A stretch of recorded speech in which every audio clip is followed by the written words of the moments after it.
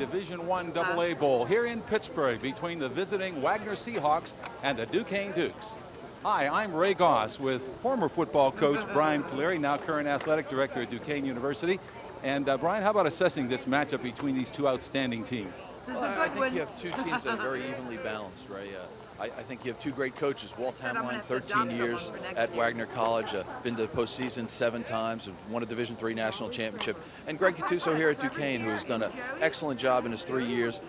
Started out 4-6, went to a 6-4 season last year and 9-1, and a Metro Atlantic Conference championship.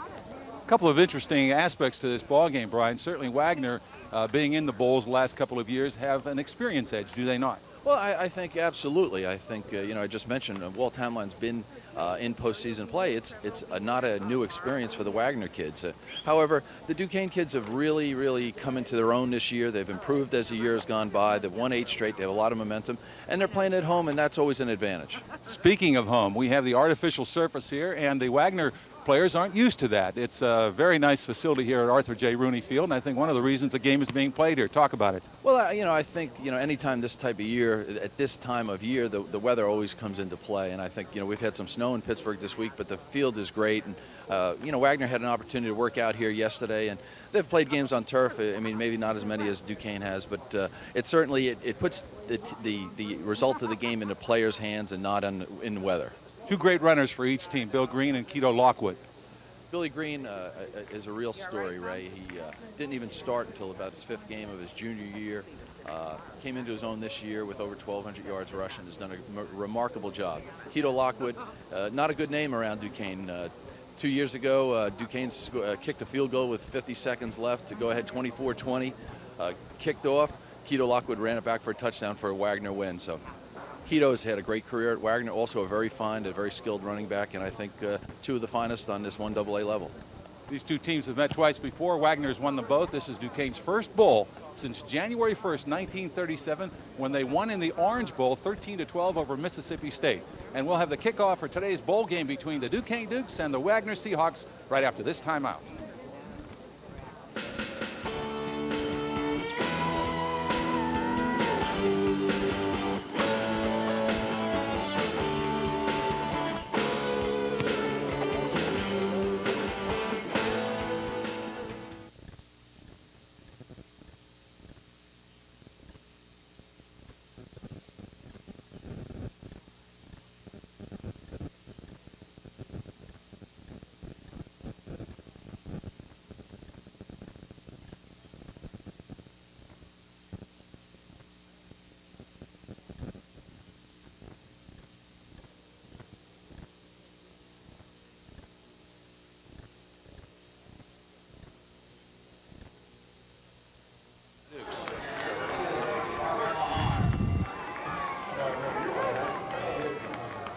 You get a look at the referee for this ball game. That's Don Woodward with his crew.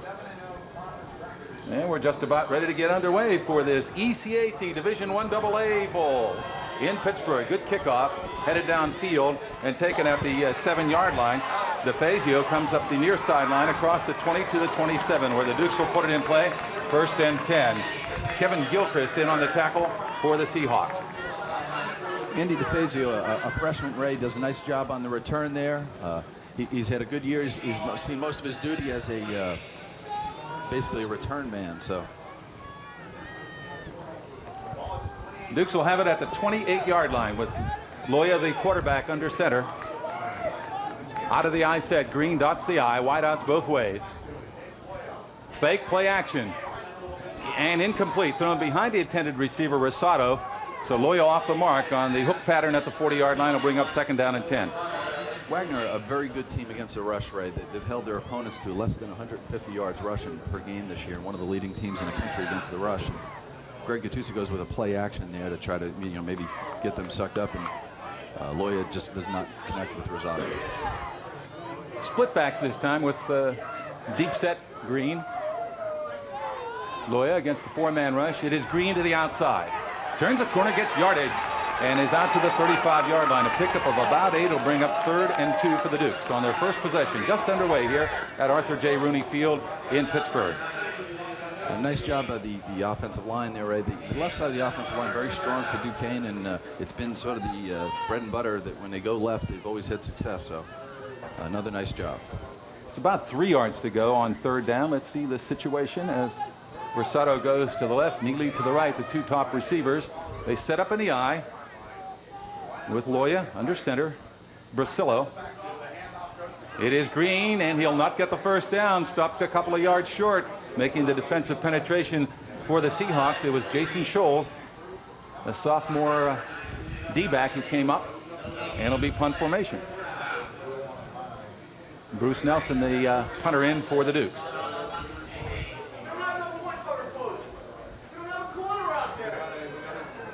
Sean Hurley. Morrow Mons out here all by himself. There's nobody coming. And they throw to him on 4th and 2, and he completes it at the 45-50. Mons into Seahawk territory, and how about that for a start? On 4th and 2, no one covered Mons, and they threw out a punt formation that worked perfectly for a first down for the Dukes. Obviously a breakdown on the special teams for Wagner. I'm sure that there's somebody supposed to be out there, and I can see here from the booth. And it's sort of an automatic. It's not a call play. It's automatic. Nobody covers the wideout. The punter's to look, and there's nobody there. He throws it, and they connect for a first down. That's a 19-yard pickup, and the Dukes keep the drive alive. Loya, deep handoff to Green, swinging to the left. Turns the corner at the 40, 35, and down to around the 31-yard line. We'll see where they say his knee hit the ground. Good run by Green, and again going left and getting a good block on the corner. And good job by fullback Tim Gribble leading Green on that play. Did a nice job sealing the corner and giving Green some running room. And it looks like he may have a first down. It's 2nd and short, they're going to call it. At the 30.5, he has to get to the 30. So the Dukes with an opening drive on a 4th and 2 pass play out of punt formation when no one covered Morrow Mons. One setback as they slot to the left, 3 wideouts. Loya to Green. Left side first down by a couple of yards to spare as he gets inside the 30 near the 28-yard line. The Dukes' 2nd first down in this opening drive. It is scoreless with 12:35 remaining in the first quarter. Nice effort there by Justin Abel, the middle linebacker for Wagner. He does a good job in stopping Green for very little gain, but first down. The first series is so important. If the Dukes can get some points on the board, it's certainly a big lift. Well, this is like one of those things. Duquesne has been good running the ball all year, but Wagner is a very good defense against the run, and Duquesne has to be able to throw the ball to be effective today. Gribble goes in motion, now sets up to the right. They run to the right this time with Green. Hit behind a line, and this one is thrown for a loss on the play. Good defensive penetration as coming in there to make the initial contact. Bill Summers, a linebacker from Rutherford, New Jersey, a junior at 6'2", 225. A loss back to the 32-yard line, 2nd and 13 for the Dukes. That's one thing about Wagner's been down in their last 2 games. They're down to Monmouth 20-7, came back and won at 21-20. Last week they were down to San Diego 17-7. The fourth quarter came back and won that 20-17. So they're used to being down to come from behind. They've had some magnificent escapes to go 8-1. Back to throw, Loya. Screen left. Green has blocking 30, 25, but good recovery defensively. And coming up to make the stop to prevent a further gain, it is Ryan Linder. But a gain on a play. It'll bring up 3rd down and about 6 for the Dukes. That looked like it was going to go for bigger yardage. Yeah, it did. Good job by Linder, and also Justin Abel also did a good job of recovering and holding that to just about a 5-yard gain for the Dukes. Another key 3rd down play for Duquesne. They'll put Rosado and Neely to the left, and a wideout to the right side, and Hartz is to the left. Hartz comes in motion. It's trips to the right, and Loya looking right. Fires, caught, and dropped. No, he got it. He did get it. I thought he bounced it, but it was just a nice move there, and a first down for the Dukes on the throw to Rosado. I think you're right, Ray. I think he lost the ball. It sort of went in between his legs, and then he recovered and he made the play. It looked like it was going to fall, and he made a recovery. A nice effort by Joe Rosado. One of the top receivers for the Dukes, and a key 3rd down conversion. Keeps the drive alive at the 16-yard line. 1st and 10 to go for the Dukes. Their 3rd first down in this opening drive. 10:40 and ticking in the initial quarter. No score in the ball game, but the Dukes, starting from their own 28, have driven the ball deep into Seahawk territory. Split backs, and now Green sets deeper. Loya, the quarterback. It is Green getting the call. Swing to the right. And he is down right near the line of scrimmage. Again, good lateral pursuit. as coming over there, Bill Summers, along with Ryan Linder to make the stop for the Seahawks. They are tough to run against.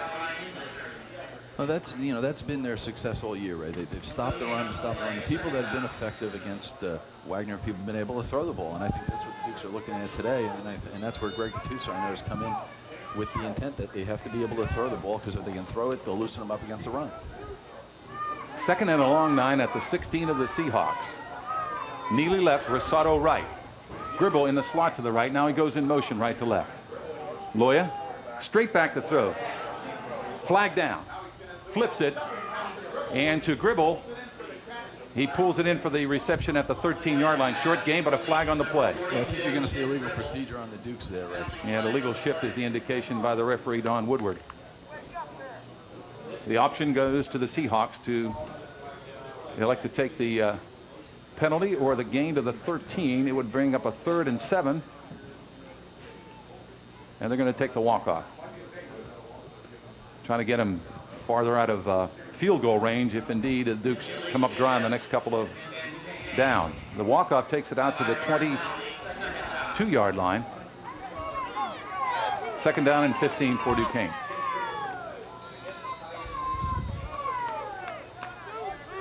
Loya goes over to the sidelines to talk to his coaching staff, led by Greg Gattuso in his 3rd year. Neely left, Rosado to the right, the wideouts. They shift into the I. Loya. Green over the middle, short yardage, inside the 20 to the 19-yard line. And the defensive stop is made by Jason Scholes. And the Dukes go to a draw there. You know, good situation, 2nd and 15, and sort of a passing situation. So they go for the draw, and the Dukes pick up about 6 and bring up a 3rd and 12. And another key 3rd down facing the Dukes. Remember, they converted a 4th and 2 on a surprise pass out of punt formation when nobody covered Mons on the play. Passing situation, play action. Looking for Rosado, end zone, and no good. Right in the corner of the end zone. Excellent coverage on the play by Jeff Ferlato. Ferlato did a very nice job there. You know, Rosado had him beat a little bit, but he made up, while the ball was in the air, he made up some ground and did a good job of deflecting the ball at the last minute. And here comes Bergman to try a field goal. This will be from the 26, a 36-yard attempt. Slight angle to the left. Bob Nithman, the holder. Chris Bergman, known here at Duquesne as the toe, right? Let's see if he can toe one through.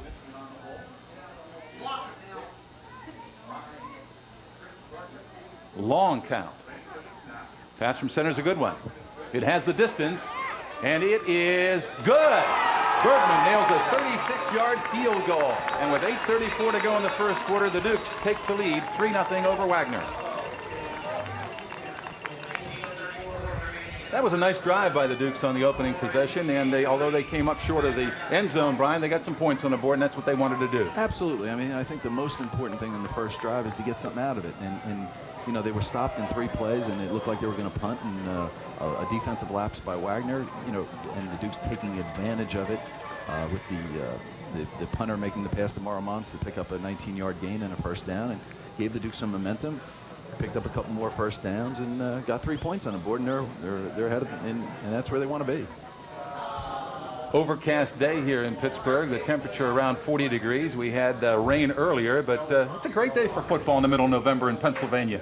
Well, there's nothing wrong with it. I mean, it's you know, and especially on artificial turf. I mean, as we said in the pregame, you know, the kids are going to decide this game on the field. The weather's not, the wind's not. It's not one of those things. It's a good day to play football. It's a rather cool fall afternoon. Don Woodward is the referee. Neil Haynes, the umpire. Headlinesman is John Minahan. The line judge is Gene Kula. Daniel Carr, the back judge, and Douglas Hazel, the field judge. The officials working this Division I AA ECAC Bowl in Pittsburgh. The Dukes' first appearance in a bowl game since January 1st, 1937, when they beat Mississippi State in the Orange Bowl. And that one I do not remember. Nor do I. Right? I've read a lot about it. Yeah, that's right. Especially this week.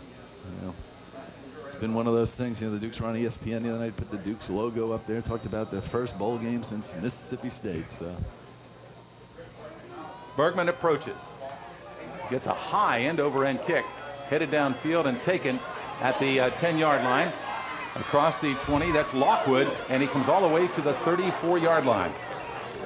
So first possession for Wagner at their own 34, trailing the Dukes 3-0. Dukes have never beaten the Seahawks. 2-0 in the short series. Last game was 2 years ago. And that was a scary sight right there, because the last game ended with Peter Lockwood running a kickoff back with 50 seconds left in the game for a Wagner win. So right there, Chris Bergman kicked it right to him. They got it out of their system. Jason Miletic, the quarterback, they like to run the football. They average about 35 minutes possession a game. They pull the guard. Miletic, though, will pull you and come back out to the left looking to throw. Now he'll run at 30, 35, heads for out of bounds, gets there to the 40. Nice pickup of 6 yards on the first play from scrimmage for the Seahawks. Looked like the Seahawks were going to go long there. Nice play-action counter type of passing alignment, and they had a couple of receivers deep. Sean Hurley was down there deep, but Miletic decided to keep it and pick up 6 and bring up a 2nd and 4. The Duquesne defense will be tested against this Wagner ball club. Against common opponents, they're both 3-1, each team losing to Robert Morris from Pittsburgh. Out of the I set, Lockwood dots the I and gets the call on the pitch. And he gets a couple of tough yards as the Dukes came up quickly to stop him. Defensively, Kevin Coates in on the tackle with help. Good effort by Kevin Coates. Also a good effort there by Mike Orsi and John Wojciechowski, the defensive end, senior defensive end, does a good job of turning the play back in. At the 43, 3rd and short. About a yard to go for the first down for the Seahawks to keep their drive alive.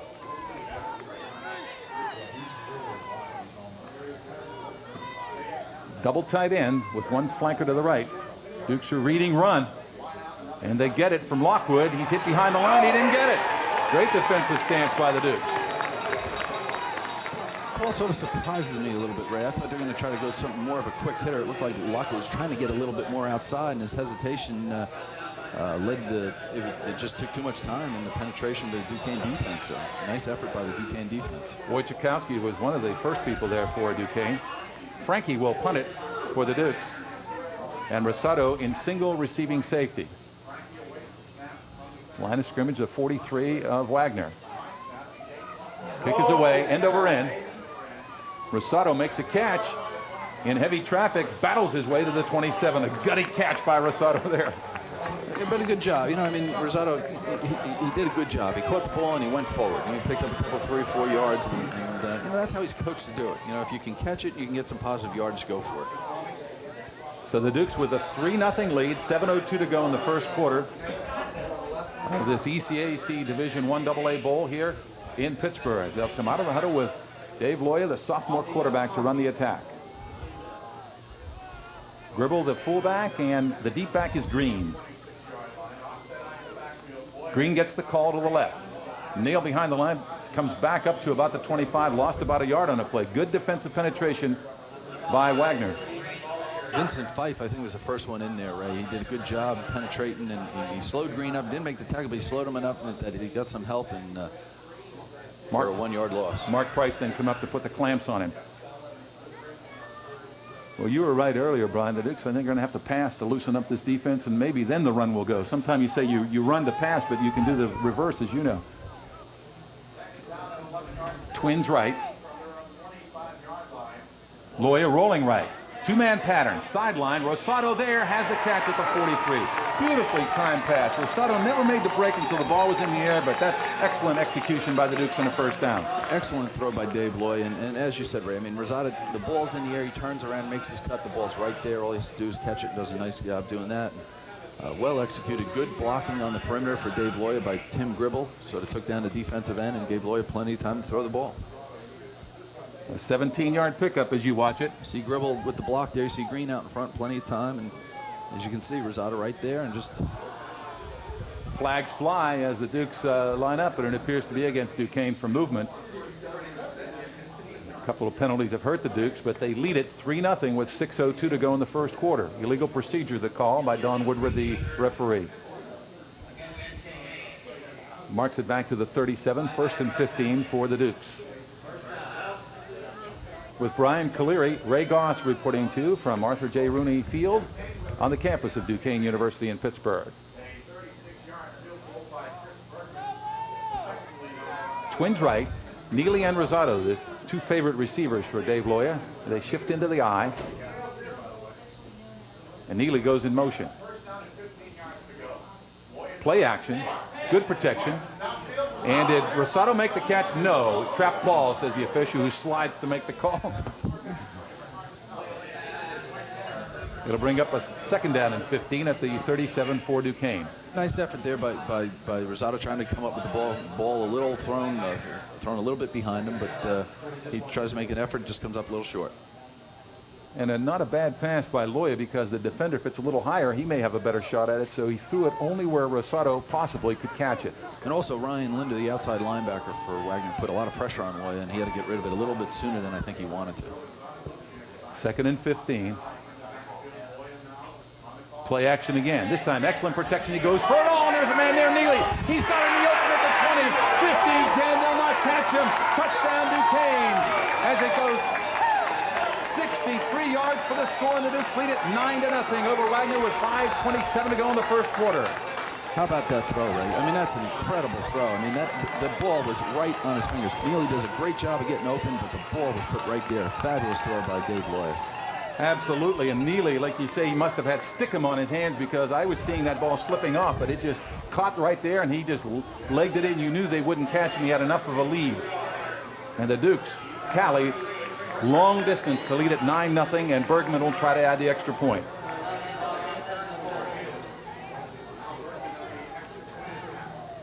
That's Nithman on the hold. The kick is on its way, and it is perfect. So the Dukes lead at 10-zip here early with 5:27 to go in the first quarter. That was a 74-yard drive, but the big play, the touchdown pass play from the quarterback Dave Loya to Mark Neely, a junior from Cornell High School. And Neely did a great job of just beating the defender. I mean, he was in the open by 10 yards. I mean, there's sort of the hardest passes to make when the receiver is wide open like that, and you're the quarterback, and you have to lay it up there. There's so much field. You see Loya with plenty of room here, Ray. Excellent protection to start with. That helps. Good job by the offensive line. And you see Neely, he's ahead by 6 yards. Look wide at that open, catch. the ball Fantastic right catch. on his fingertips, and excellent effort.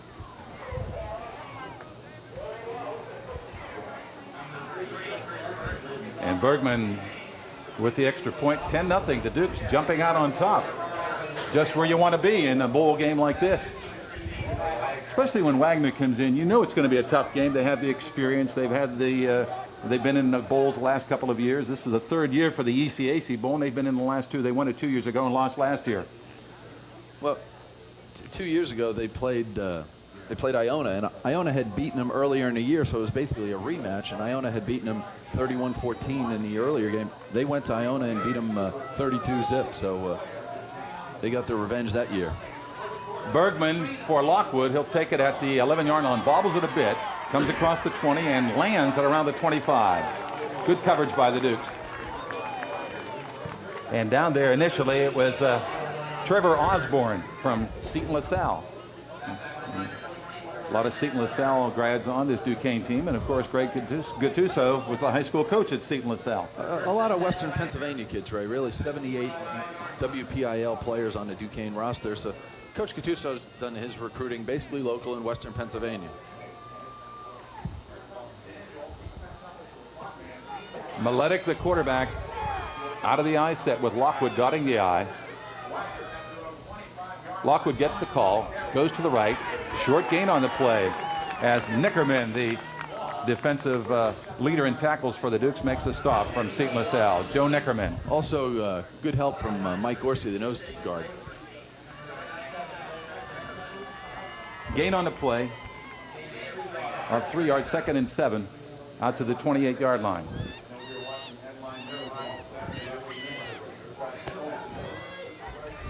Duquesne's also got some outstanding play this year from freshman Matt Fisher, the outside linebacker. He's done a great job for a freshman starting this year for the Duquesne defense. Only one setback, and Miletic with protection. Now he's in trouble, and they've got him. And down he goes as the stop is made on the sack by Mark Rayo.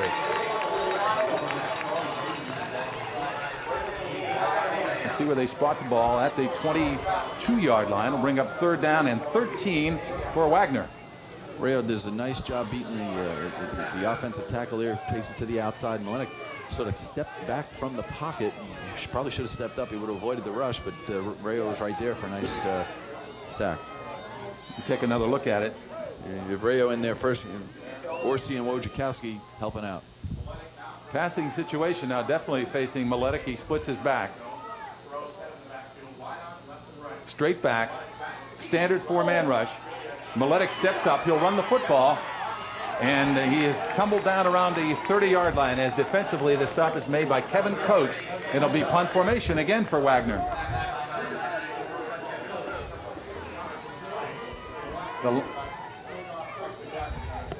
Well, the Dukes with a 10-0 lead will see the ball again with 3:33 to go in the first quarter. It looks like they'll come up with some pretty good field position here, Ray. If Rosado can catch this ball and get a little positive yardage, the Dukes will have pretty good field position. Frankie has it partially blocked, and it bounces around, and the Dukes pick it up, and racing down the left sideline and being dragged down. It's Matt Fisher. It's the freshman Matt Fisher we were talking about, Ray. Fisher, and he's tackled by Frankie, or he goes in for a touchdown. Big block of a punt by the Dukes as they look for their 3rd score here in the first quarter.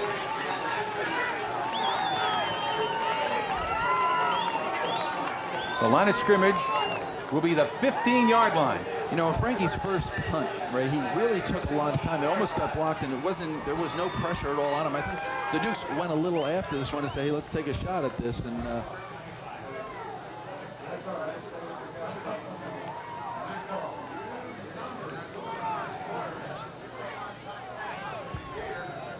the Dukes will stop the clock with a timeout here and talk things over.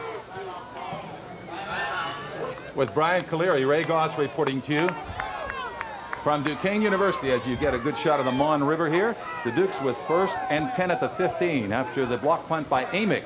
And Loya looking for it all, throws short, caught by dribble out of the backfield at the 10 down to the 7. And the touchdown saving tackle made defensively by Jason Scholes. A pickup of about 7 on the play, make it almost 8. It'll be 2nd and 2 for the Dukes. Duke's doing a good job of getting Loya time to throw the ball and throwing the ball very effectively. Which you know, early on we said that's important, and they're doing an excellent job on 1st downs, getting positive yardage and giving the option run, pass, and keeping Wagner's defense off balance. 2:38 to go in the first quarter. The Dukes leading 10-0 and looking for more after the block punt. Loya with 2nd and 2 at the 7. Green to his right. Nailed for a loss back at the 10. And coming in there, shooting the gap and making the big stop, it was Ryan Linder. He's a sophomore, 5'10", 215-pound linebacker from Piscataway, New Jersey. Linder does a nice job of penetration and takes Green down one-on-one, and that hasn't been done that many times this year. Green, the workhorse back, 248 carries for 1,427 yards, 9 touchdowns. He's also had 14 receptions for 95 yards and a TD coming in to this ball game. Passing situation, Loya loops it out, a screen to Green, 1 man to beat, can't do it as he's nailed at the 15-yard line and making the tackle, Jeremy Gilbert. He snuffed it out and he made the solo stop, a big play. It'll force a field goal attempt by the Dukes. And Wagner was coming all out. They blitzed everybody on that play, Ray, and it looked like a good call, but Gilbert did a great job of making a one-on-one tackle. He doesn't make that tackle, that's a score.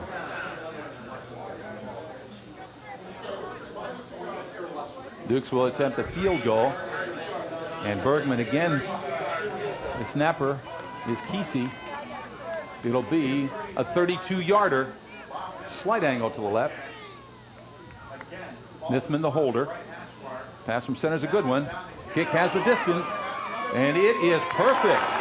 So with 1:01 to go in the first quarter, Bergman adds another field goal, and the Dukes lead at 13-0 over Wagner.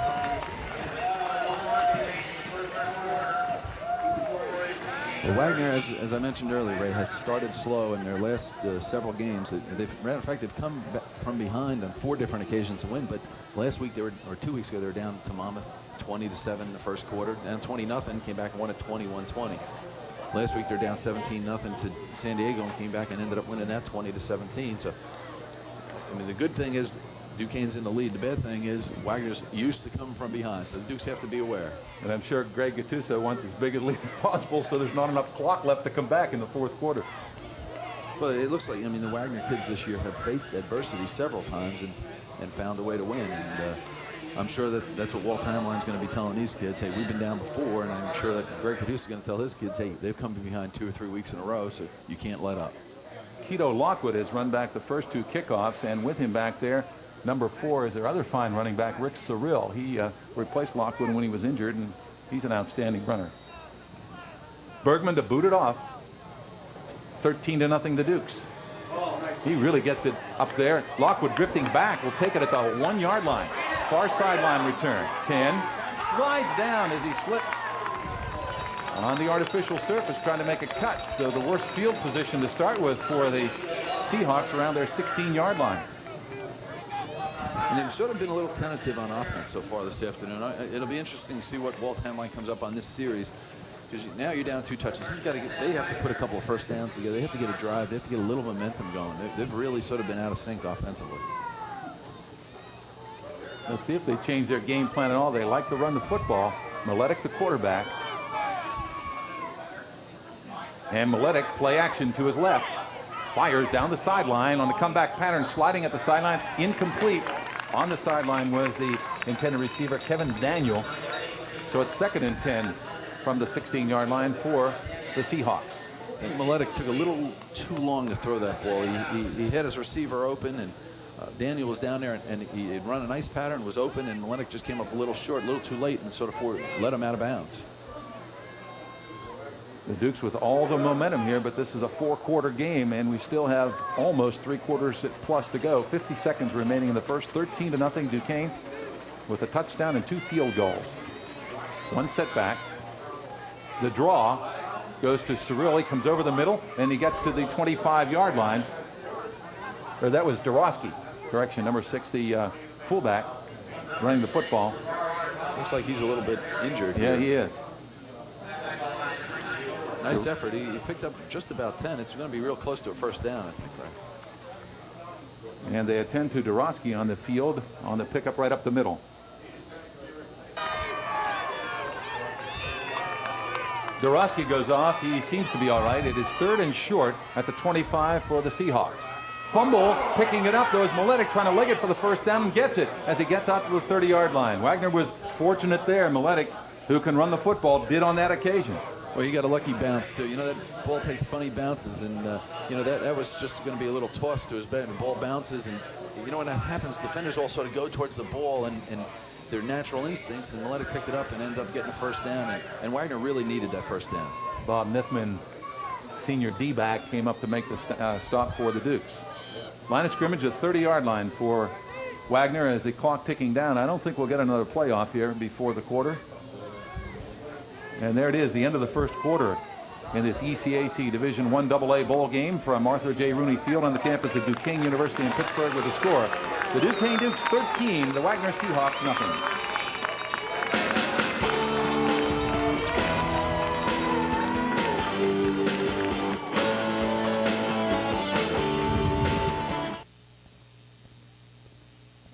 Careers in their lives.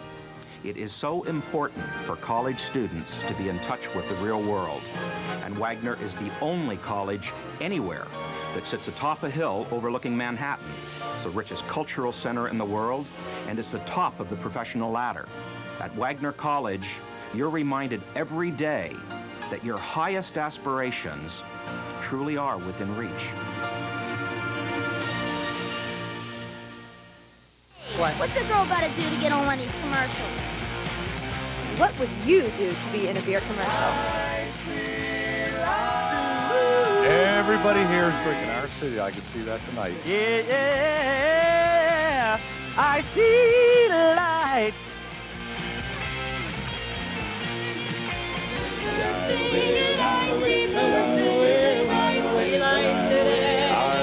I can't hear you. You can wake up like this, or you can wake up like a champ. Wake up with the all-new Breakfast Jam on 106 Jams WAMO. Containing only the finest ingredients. Nutritionally balanced for good, healthy fun. Mark Gunn and Lisa Allen, along with Tracy Ross, Tony Giordano, and Debbie Norrell, are your all-new breakfast jam. Now there's a new ingredient, Steeler Safety Carnell Lake. So wake up with Carnell Lake and the all-new breakfast jam on 106 Jam WAMO. Hey, don't make me go car shopping, okay? Let's get a root canal. Let's do our taxes again.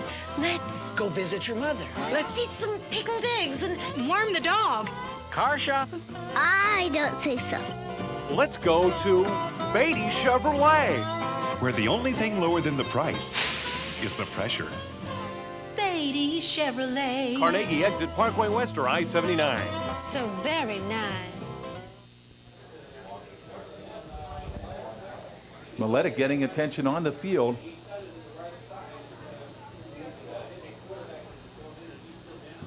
You'll be able to take a look. You see Wojciechowski beating his man and wraps up Malenik there. Malenik trying to get away.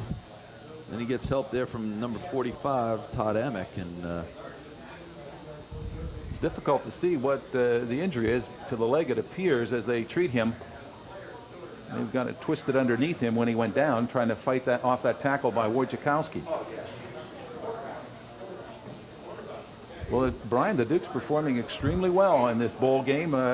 Not awed at all by Wagner's experience coming in here, just doing what they want to do. Well, you know, and I think, you know, one of the critical things or important things is the comfort level. They're at home. You know, they slept in their residence halls last night. They're in their locker room. So, you know, it's not one of those things that you have to travel and be in a bus and be in a hotel. I mean, they could stay focused, and I think the coaches have done a good job this week of preparing them for this, and so far they've reacted very well. Maletic will go to the sidelines. Brad Chernovitz will come in to replace him. He's a freshman, 6'4", 210-pounder from Suffield Academy in Connecticut. Nice size. And he'll see if he goes out of the shotgun here with 3rd and long. They mark the line of scrimmage at the 23. It's 3rd and 17. Chernovitz will pass. He gets heat. He steps up. He avoids the pressure. He fires to the sideline. Incomplete as he overthrew his intended receiver, Jim Bogacki. So it'll be punt formation again for the Wagner Seahawks. And Chernovitz, he did a good job there. I mean, he comes off the bench. He hasn't played a play. They put him back in the shotgun. He gets some pressure. He avoids it and makes a pretty good throw. Just doesn't connect.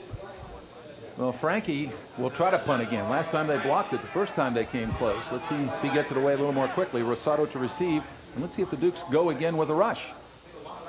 They're coming. And the kick is away. It'll bounce. Bounces laterally around the 45-yard line. And the Dukes will have excellent field position at their own 46, leading 13-0 over Wagner with 13:36 to go in the second quarter. Good pressure also on that punt by Todd Amick. He was right in there again and sort of forced Frankie to kick it sideways, and therefore he could get no depth on the punt. And it was a sort of a line drive, and the Dukes end up with good field position.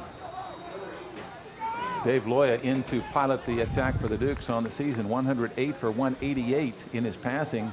Excellent 57% completion for 1,667 yards, a Duquesne record. 11 touchdowns, only 5 INTs.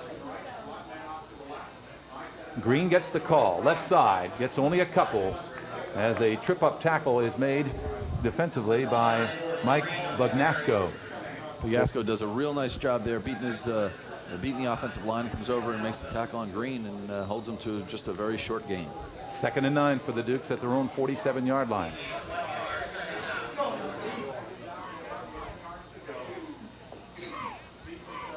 Dukes come out of the huddle.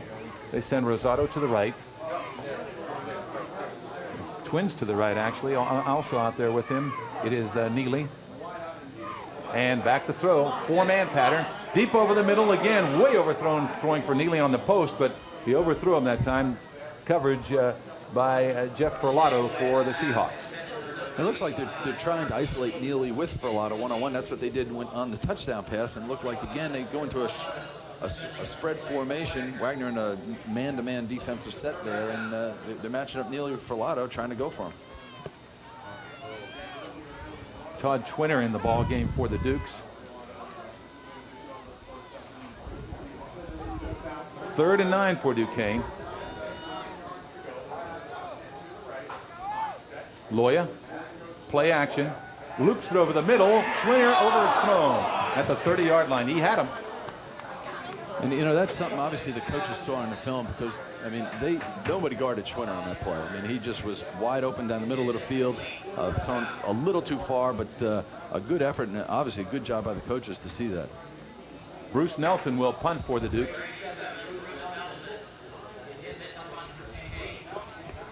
Brian Cornell, the long snapper,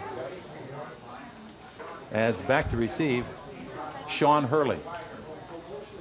He gets it away. Wobbly kick.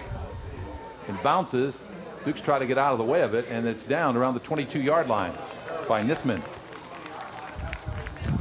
So Wagner will put it in play. Duquesne leading 13-0 with 12:41 to go in the second quarter here at Arthur J. Rooney Field in Pittsburgh.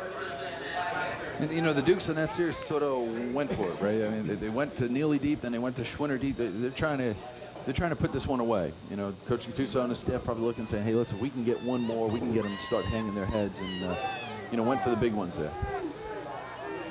Jason Miletic is back. He was injured in the previous series. Out of the eye set with Lockwood dotting the eye, gets the pitch. Left side, gets some good yardage as he comes across the 25 out near the 30-yard line for the Seahawks. Defensively, up from the secondary to make the stop for the Dukes, Bill Sepich. Sepich leads the Dukes with 4 interceptions. The gain is to the 29 plus 6 yards, 2nd and 4.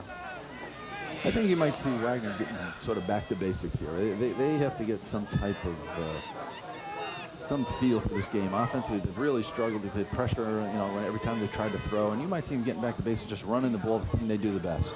Archie Dean in motion, and is Lockwood to the left side again, looking for first down yardage. He may be a bit short around the 32-yard line as he's rolled out of bounds across the way. And up there again was Sepich with help on the play. Also, Joe Neckerman. The officials looking over the situation. And it's going to be just shy of a first down, 3rd and less than a yard for Wagner. Last time, you remember when they had this situation, they handed deep to Lockwood and the Dukes stopped him. Yeah, well, and that's, I said I was a little surprised they didn't go to, you know, either a sneak or a fullback dive, something real quick. They need about a foot here. And you know, anytime you go back, you take that the possibility of losing yardage. They go with a full house backfield, the old T formation. And this is a quick hitter. Lockwood fights his way forward and appears to have the first down as he's near the 35-yard line. That time they took your advice, Brian, and went with the quick hitter. Well, I mean, you know, that's one of the Wagner's always been a very good red zone type of team, and they get, I mean, they've had always a very good short yardage offense. And the last 2 times they had short yardage, they sort of just went out of their regular set. There they went into their goal line type of set, a full house or wishbone type look, and just tried to power people. First down at the 34 for Wagner in their own territory. This drive started at their 23. The Dukes lead it 13-0, 11:40 to go till halftime. Miletic puts a man in motion. He rolls to the right. Wojciechowski with backside pressure, and he's got him. Trips him up. What an effort by Wojciechowski. He ran halfway across the field to get him, and he got him right at the line of scrimmage. And you know, that was a scary play because Miletic didn't know he was there, and he almost put that ball up. Wojciechowski would have had a great shot at him and could have been able to cause a fumble there. See Wojciechowski coming. See Miletic has no idea he's there, and he just, his instinct leads him to run, and Wojciechowski gets his arm on him and trips him up. Gave him about a yard on the play, close to the 35, 2nd down and 9. Archie Dean goes wide to the left, and to the right it is Kevin Daniel. Play clock down to 4 here, Ray. They're going to look at a delay of game if they don't watch out. They got it if they call it. Well, it was right at 0, and they did get it. Good call, Brian. A 5-yard walk-off will occur. At that time, Miletic wasn't paying attention. He was about a half a second late. Sure, and I, you know, those clocks are right there. They're staring you in the face. You have to, you know, you're a quarterback. You just got to show some leadership, and I'm sure Coach Hamline will remind him when he comes to the sidelines about that. A walk-off takes it back to the Seahawk 30-yard line. Will bring up 2nd down and 14. Dukes pitching a shutout thus far, but this one has a long way to go. Wagner is averaging 30.4 points a game. The Dukes 28.3.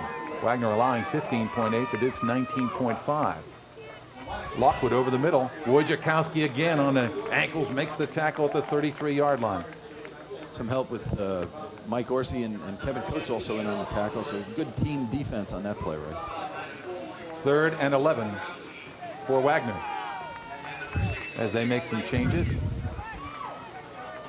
Jim Bogacki, a 6'5" senior tight end, 260-pounder, comes into the ball game. Passing situation facing Jason Miletic. He'll work out of the shotgun. Dukes with a standard 4-man rush. He gets good protection. The throw over the middle, Lockwood trying to work him in the open field, and he breaks a tackle across the 45 to the 50 to the 48-yard line. And a block tackle by the Dukes' Brian Cornell, or Lockwood is still running. It looked like the Dukes were going to do a good job there. I mean, Miletic did a good job hitting Lockwood over the middle, but they needed 13 on the play, and Cornell had him just about 2 or 3 yards short of that first down marker, but you have to give Lockwood some credit. He broke the tackle and picked up the first down. They got it to him in the open field, and he knew what to do with it. So Wagner showing some offensive spark really for the first time this afternoon. 9:27 to go until halftime. 13-0. The Dukes with the lead on a touchdown and a couple of field goals. Lockwood gets the call. No, this is the other back who comes across the 40, down to the 35 and pushed out of bounds as Rick Cyril, the freshman, who is an excellent runner. He replaced Lockwood earlier in the season, and in his first game against St. Peter's, ripped off 271 yards rushing. And you can tell he's got some get up and go, Brian. Well, and I was with Walt Hamline. You can take a look on. I was with Walt Hamline. I had the opportunity to speak with him last night. He said he was, once he put Cyril in there and he did what he did, it was such a, he had this great problem. Tito Lockwood, a great back, and this freshman coming up behind him. So he's got the 2 great backs and didn't know what to do with them for a while. Lockwood gets the call and gets hammered right near the line of scrimmage, the Duquesne 34-yard line. Trying to get them both carries, trying to get them both time, but he said that Sarley, he knew that he was a good back, but he was shocked at the progress he made. Neckerman on that big hit by the Dukes on Lockwood. So it's 2nd down and 10, but the Seahawks with their best drive of the day, starting at their own 23. They're at the Duquesne 34, 2nd and 10. 8:43 till halftime. Duquesne leading 13-0, and Miletic will go out of the shotgun. Wideouts both ways. Back to pass. A lot of time. Hesitate. Will run the football and get nailed as Wojciechowski is one of the tacklers there for the Dukes with help on the play. As Mark Rayo also greets Miletic, and they deposit him on the turf at the 35-yard line. A loss of 1. It'll be 3rd and 11. Looked like Miletic was looking to run all along there. He just was sort of looking for a seam. I'm not so sure it wasn't a quarterback draw as we take another look at it here, but the Dukes did a good job of closing the hole, but he had a lot of room to run had he got, had he broken the line of scrimmage. Miletic will work out of the shotgun once again.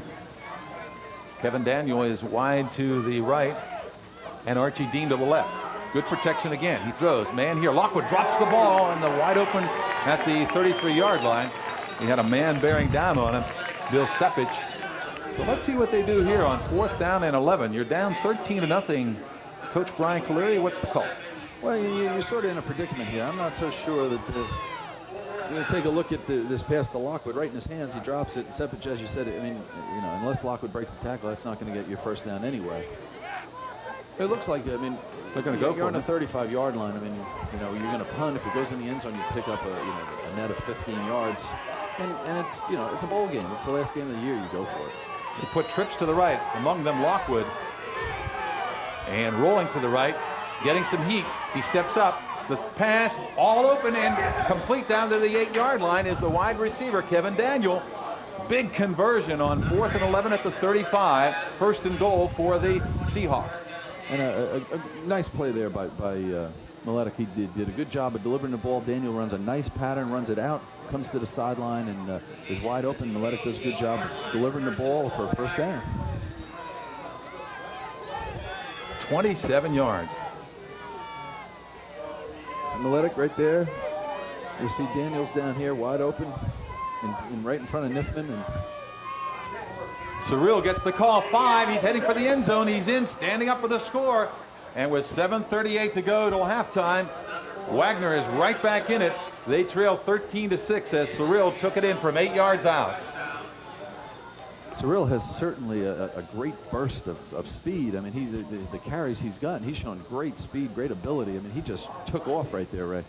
He would not be denied. Well, he gives you a much different look than Lockwood. Lockwood's more of a power runner, and Cyril's more of a skilled, shifty type runner. And really, he's got great speed, and there's a tremendous difference in their approach to carrying the ball. Frankie for the extra point, got a big rush, but he boots it through there, and it's 13-7.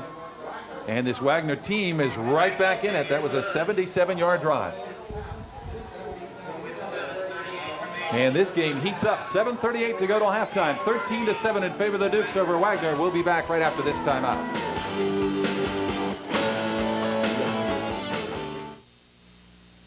In a world of conflict, we bring peace through understanding. In a world of economic distress, we bring prosperity through learning. In a world of ignorance, we bring knowledge through advanced technology and brilliant teachers. In a world of despair, we bring hope to thousands. In this complex world, the solution is education for the mind, the heart, and the soul. Duquesne University.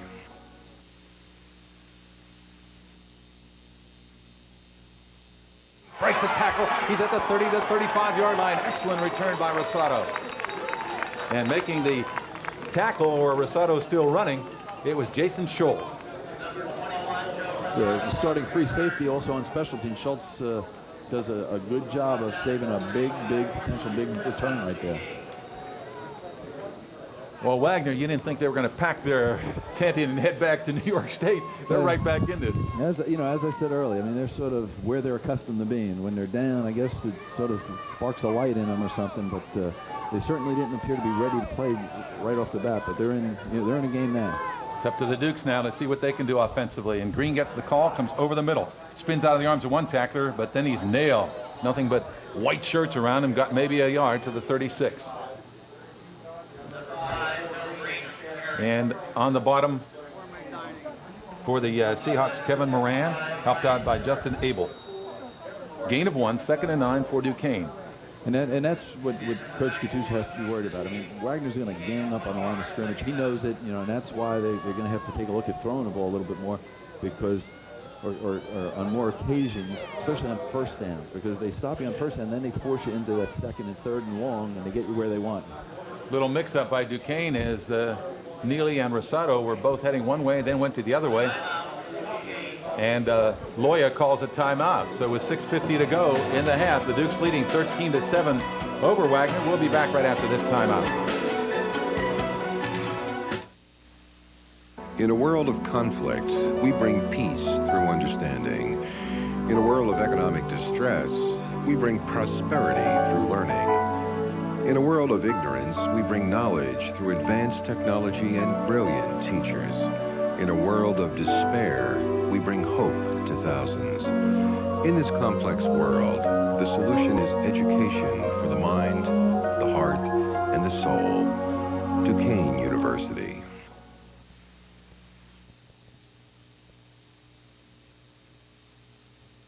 Short, but he makes a great effort, a catchable ball, and he makes a good catch and gives the Dukes a big lift. That's a 28-yard pickup as we watch it. Look at the heat he's getting from the backside. Loya, nice delivery, and watch this grab. Fantastic. Gets his feet in bounds, and that's how they're coached. 28-yard pickup. Gribble gets the call over the middle, spins out of the arms of one tackler, and Powell drives his way forward down to around the 30-yard line. So the Dukes, after scoring the first 13 points in this game, see the Seahawks come back with a 77-yard drive, convert a big 4th down play, and score. Now Duquesne trying to re-grab that 2-score advantage, leading by only 6. The gain is to the 31. It's a 5-yard pickup for Gribble, the fullback, 2nd and 5. 6:14 till halftime.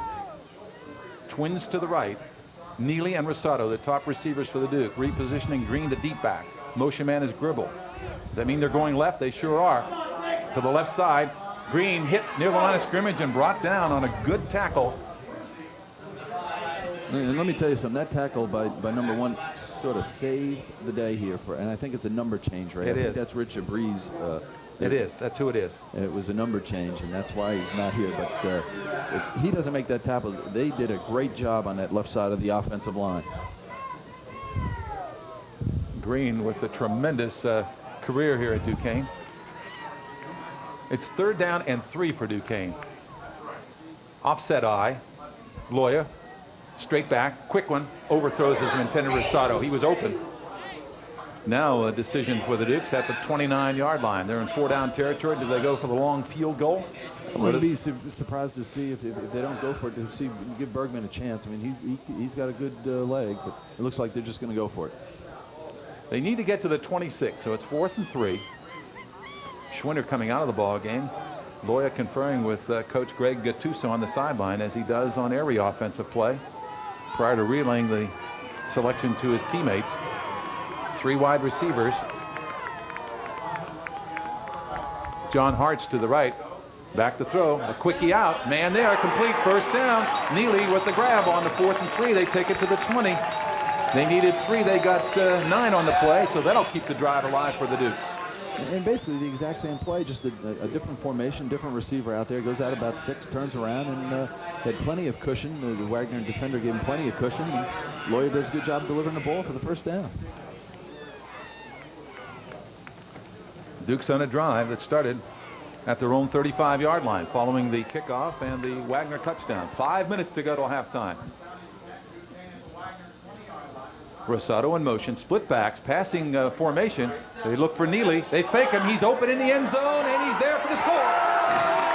Beautiful execution by the Dukes. 20 yards and a touchdown, and the Dukes now lead it 19-7 with 4:51 to go to halftime. A flag in the end zone after the play. That'll be excessive celebration there, Ray. That'll be marked off on the kickoff. I think Mark Neely celebrated a little too much in the officials' eyes. That's a 65-yard drive.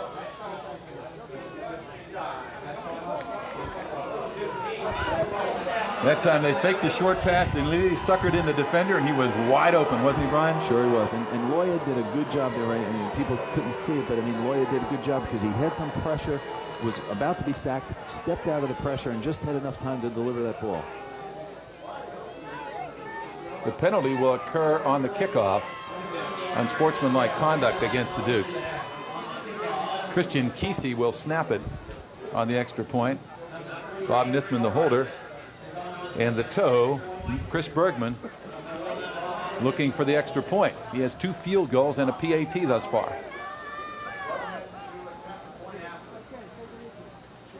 Long count. And the kick is right there, and it's 20-7. The Dukes lead it with 4:51 to go till halftime. So that's what you want to do when the other team gets back in it, is answer right back with a scoring drive, and the Dukes did it, Brian. They sure did. And that's exactly what you want to do. When the team starts to get momentum, you try to inflate it, you try to take the ball, and great offensive drive there by the Dukes.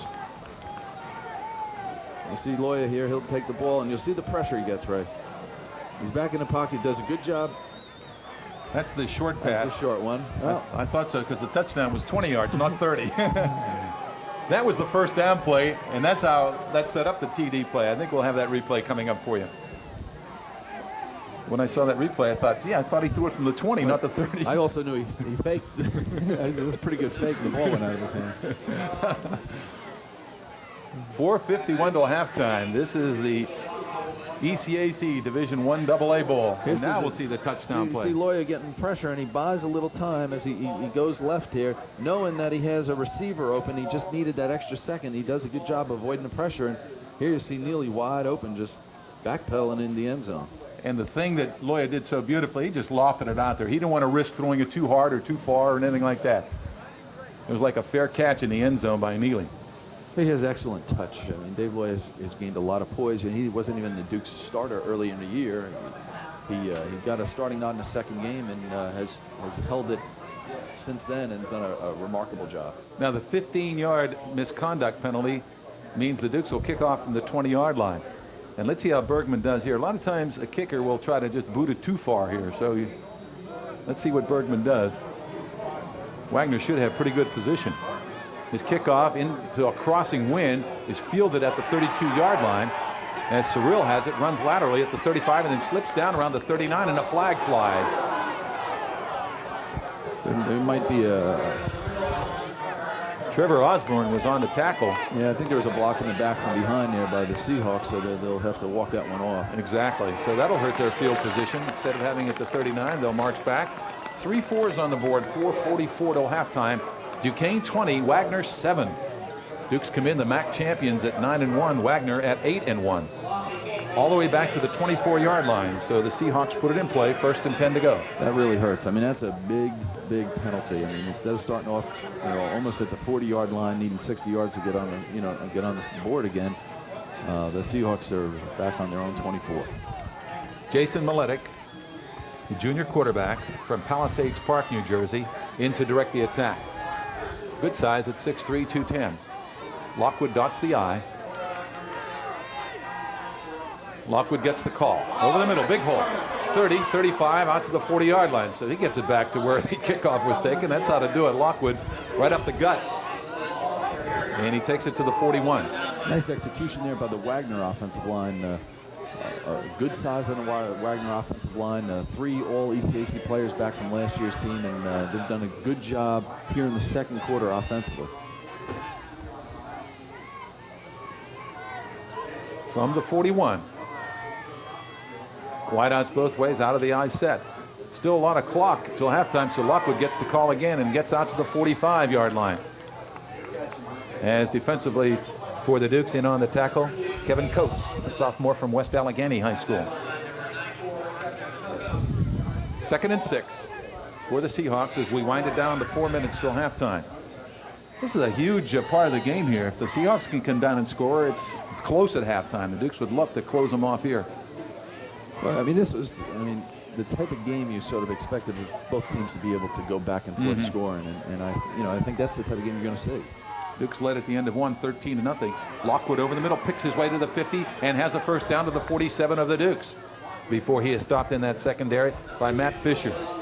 He has good vision, doesn't he, Lockwood? He looks left, right, makes these little shifty moves, and he finds the holes. They mark him down at the 46 of the Dukes. Excellent block there by Matt Runge there. He did a good job of executing at the line of scrimmage and making a nice hole for Lockwood. Lockwood will get a breather as Cyril, the freshman tailback, who's very quick, will dot the I. Dorosky is the up back. And Cyril gets the call, waits for the block, and slips down, having some trouble with the footing. And that's, I was saying earlier, he gives you such a different look, Cyril, but he's a real shifty cutting type road. And the turf, I mean, there's been rain, so it's down deep, it's moist. So he's just got to get accustomed to cutting a little bit more efficiently. They do not play at home, of course, on artificial surface. They haven't all year. They practiced this week, and of course they practiced yesterday trying to get used to the artificial turf. Twins left, actually trips to the left now as they set up in the slot with Cyril. Passing situation, flag down, and rolling off Miletic, underthrows his receiver as Wojciechowski puts pressure on the quarterback. Yeah, there's going to be an illegal motion there on Wagner. The fullback sort of jumped a little bit. I think the Dukes will probably decline this and bring up a 3rd and 10. Exactly. 2:37 till halftime. 20-7. Duquesne leads it here at Arthur J. Rooney Field on the campus of Duquesne University in Pittsburgh. The 3rd annual ECAC Division I AA Bowl. And the backfield in motion is declined.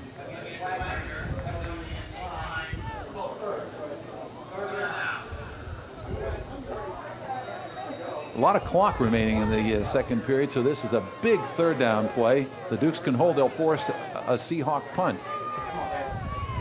But if the Seahawks can keep the drive alive and go in for a score, they're right in it at halftime. Not that they're out of it, down 13. Back to throw, good protection. Miletic has a man there, his big tight end. Oh, they have to bring him down with a couple of people. He is a monster catching that ball. Bogacki, 6'5", 260. Bogacki's, the last 2 games, he's had the 2 game-winning receptions. Reception last week against San Diego and the week before against Monmouth. He caught passes, the touchdown pass in the last 2 minutes to win both games. And they're at the 39, 4th and 3, and the Seahawks want to talk it over. I think they're going to go for it, Brian. 2:12 till halftime. Well, once again, it's a tough decision. You know, do you try to punt it, get Duquesne down deep, try to use your timeouts, maybe get the ball back with 30 or 40 seconds left if you can use your timeouts wisely, or do you take a shot at it? You know, and I mean, Walt Hamline's been coaching 13 years. I mean, he's been a head coach 13 years, and it's, you know, it's one of those things. His decision is going to be what he goes with and what he feels inside. I'd be surprised to see if he doesn't go for it. Good shot at the city of Pittsburgh. 20-7, the Dukes lead it. There's a timeout on the field.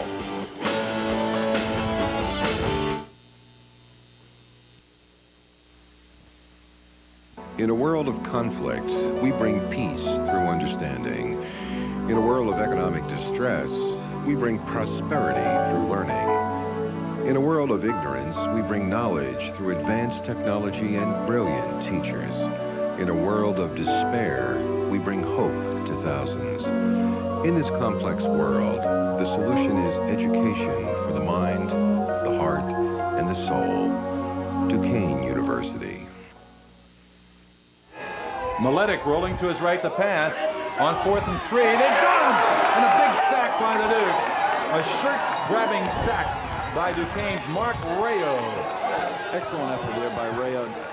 Miletic sort of was fading. You know, he wasn't really threatening the corner, and Rayo just ran him down. Dukes get good field position, too. Not only stop him, but they pick up probably about 5 or 6 on the play. And 2:05 remaining till halftime as the players congratulate Rayo on the sideline. So the Dukes looking to stop Wagner from scoring. Now they're thinking of 3 or 7. Loya, the quarterback, from the 45-yard line.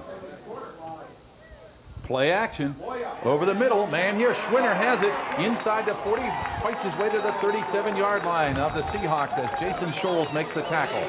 Nice effort by Schwinner. Great throw by Dave Loya. And obviously, the Duquesne coaching staff has found something over the middle against the Wagner defense. I mean, Schwinner was open there and did a good job of catching the ball, but Loya did a good job of delivering the ball. It's to the 32-yard line, a 23-yard pickup for the Dukes. And Loya again to throw. Screen left, and it is Green with room. He goes to the 25-yard line. Pickup of 8 on the play, 1:37 till halftime. The Dukes going with a hurry up. Nice effort there by Jeremy Gilbert to make that tackle on Green. Second time Gilbert's made a tackle on a screen that helped it from being a big play. Let's see if they run for the first down, but back to throw Loya again. Fires over the middle. There's Schwinner. He has it, and he's down to the 10-yard line. They're finding the big tight end, and it's first down for the Dukes with 1:19 till halftime. They stop the clock momentarily to reset the chains. Dukes have some timeouts remaining. Yes, they do. They're at the 10. First and 10 to go, or first and goal. They hand off the Green over the middle, and he only gets a yard. A good shoestring tackle put on him. You might see him using a timeout right here, Ray. As it was Kevin Moran who made the stop. The gain is 1, 2nd and 9. 1 minute to go till halftime, but Loya disdains the timeout. He goes with the no huddle. He'll be passing here, it looks like, and he's back to throw. He loops it over the middle, incomplete, and tried to hit Schwinner, but he was backpedaling and just underthrew him at the goal line. The clock stopped with 49 ticks left till halftime, and the Dukes leading 20-7, looking for more. Certainly they're in field goal range. And Loya did a good job of just getting that ball off, Ray. He had tremendous pressure, and he knew exactly where Schwinner was, so he said, hey, let me try to take a shot, let me get it to him, and came up a little bit short, but still saved the 10-yard loss he would have gotten if they got the sack. Dukes with a 13-point edge, looking for more here in the late stages of the first half. And the two favorite receivers of Loya go to the right, Neely and Rosado. And back to throw, gets some heat. He throws it out there. It's tipped away and nearly an interception as it was intended for Green coming out of the backfield. And it was Jeremy Gilbert who got his fingertips on that one, so the Dukes will go for the field goal. Well, and let me tell you something, the Dukes got away with one there, because if Gilbert had caught that, he sort of tipped it. If he had tipped that to himself, I mean, he had sort of clear ceiling for, it would have been about an 85-yarder. This is a 26-yarder for Bergman. He has 2 field goals thus far and a couple of extra points. 45 seconds till halftime. Kick is on the way, and the kick is perfect. And the Dukes lead it now 23-7 with 42 seconds left till halftime over Wagner on the 26-yarder by Bergman. The toe is outdoing himself today. Well, that was a big lift for Duquesne after stopping Wagner, coming back, starting at their own 45, getting it down into field goal range, and tallying with 42 seconds to go. Now it's a 16-point lead. Well, that was a big, because, you know, 20-7, 2 scores, 21. You know, that's a big 3 points right there, because now you're over the 2 touchdown, you know, deficit. Unless you get two-point conversions, you're down 16. But the traditional 2 7-point touchdowns, this puts you out of that range. The 2-point conversion has certainly enlivened football. Allows for a lot of possibilities. 23-7, the Dukes lead it. And still time on the clock here, 42 ticks left till halftime. Bergman to boot it off, and the always dangerous Lockwood back there with Cyril, equally dangerous. Bouncing type kick, smart one at the 25, taken by Dorosky across the 30 and rolled out of bounds at the 35-yard line. I think a good decision by the Duquesne staff to not kick it deep to Lockwood and just you know, say, hey, let's kick it short. We're giving them pretty good field position, but let's not risk a run back. Trevor Osborne on the tackle. There, you'd think Miletic will be putting it up here. He has decent field position from the 35. 37 seconds till halftime. You might even see Wagner's trying to go underneath, trying to get, you know, a few those 15-yard plays, maybe get in field goal range to try to get the 3 back. Brian Cornell, the deep safety for the Dukes. Miletic back to throw. Gets pressure from Wojciechowski. He gets away from him. Gets more pressure. Now he's running back at his 20-yard line, looking up the field, and he'll run it and throw down the sideline, incomplete. That took 12 seconds off the clock. A great job by Wojciechowski, but, you know, Wojciechowski's getting pressure on Miletic. I mean, Lennox used to being out there and his fullback giving him a lot of room to breathe, but Wojciechowski's doing a good job fighting off the fullback block and putting pressure right on Miletic. And then Todd Amick put additional pressure on him. And the Duquesne secondary, you got to credit them staying with the receivers. You take a look, Wojciechowski has Miletic right there, but he sort of makes him go away from what they were trying to do. And as you said, Amick here now takes another shot at him. Then he has some room to breathe, but throws an incomplete pass. Miletic back to throw in the pocket. This time good protection. Now it breaks down. They're after him. And he's tripped up. He throws belatedly incomplete just as he was going down. It's an incomplete pass with 18 seconds to go till halftime. The Dukes leading 23-7 over Wagner. 3rd down and 10 for the Seahawks at their own 35-yard line.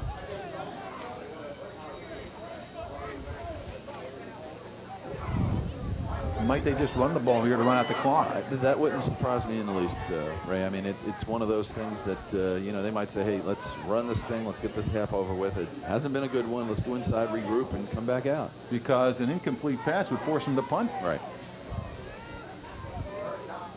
And that's exactly what they're doing. Lockwood comes over the middle, gets about 6 to the 41. Let's see if the Dukes stop the clock. 12 seconds to go till halftime. Clock moving as we're under 10 and ticking. It's 4th down. Looks like the Dukes are just going to let it run out as we tick it down. That's the end of the first half of play here in the ECAC Division I AA Bowl at Arthur J. Rooney Field on the campus of Duquesne University in Pittsburgh. And it's been all Duquesne as they lead the Wagner Seahawks 23-7 at the half.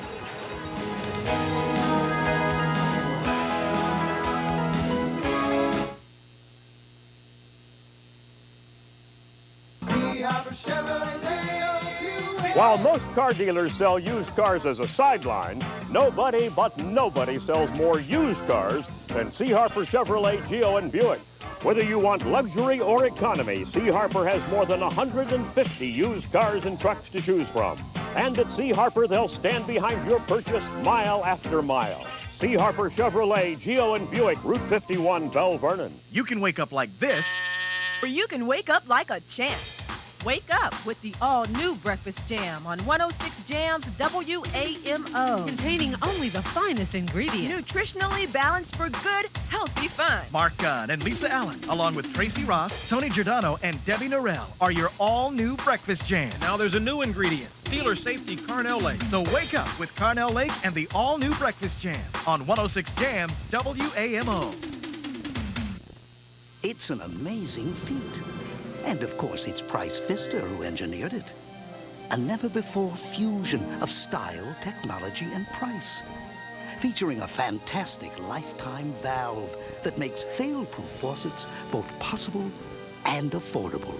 So fail-proof, they'll work flawlessly forever. Fail-proof, affordable, forever yours, Price Pfister. The fabulous faucet with the funny name.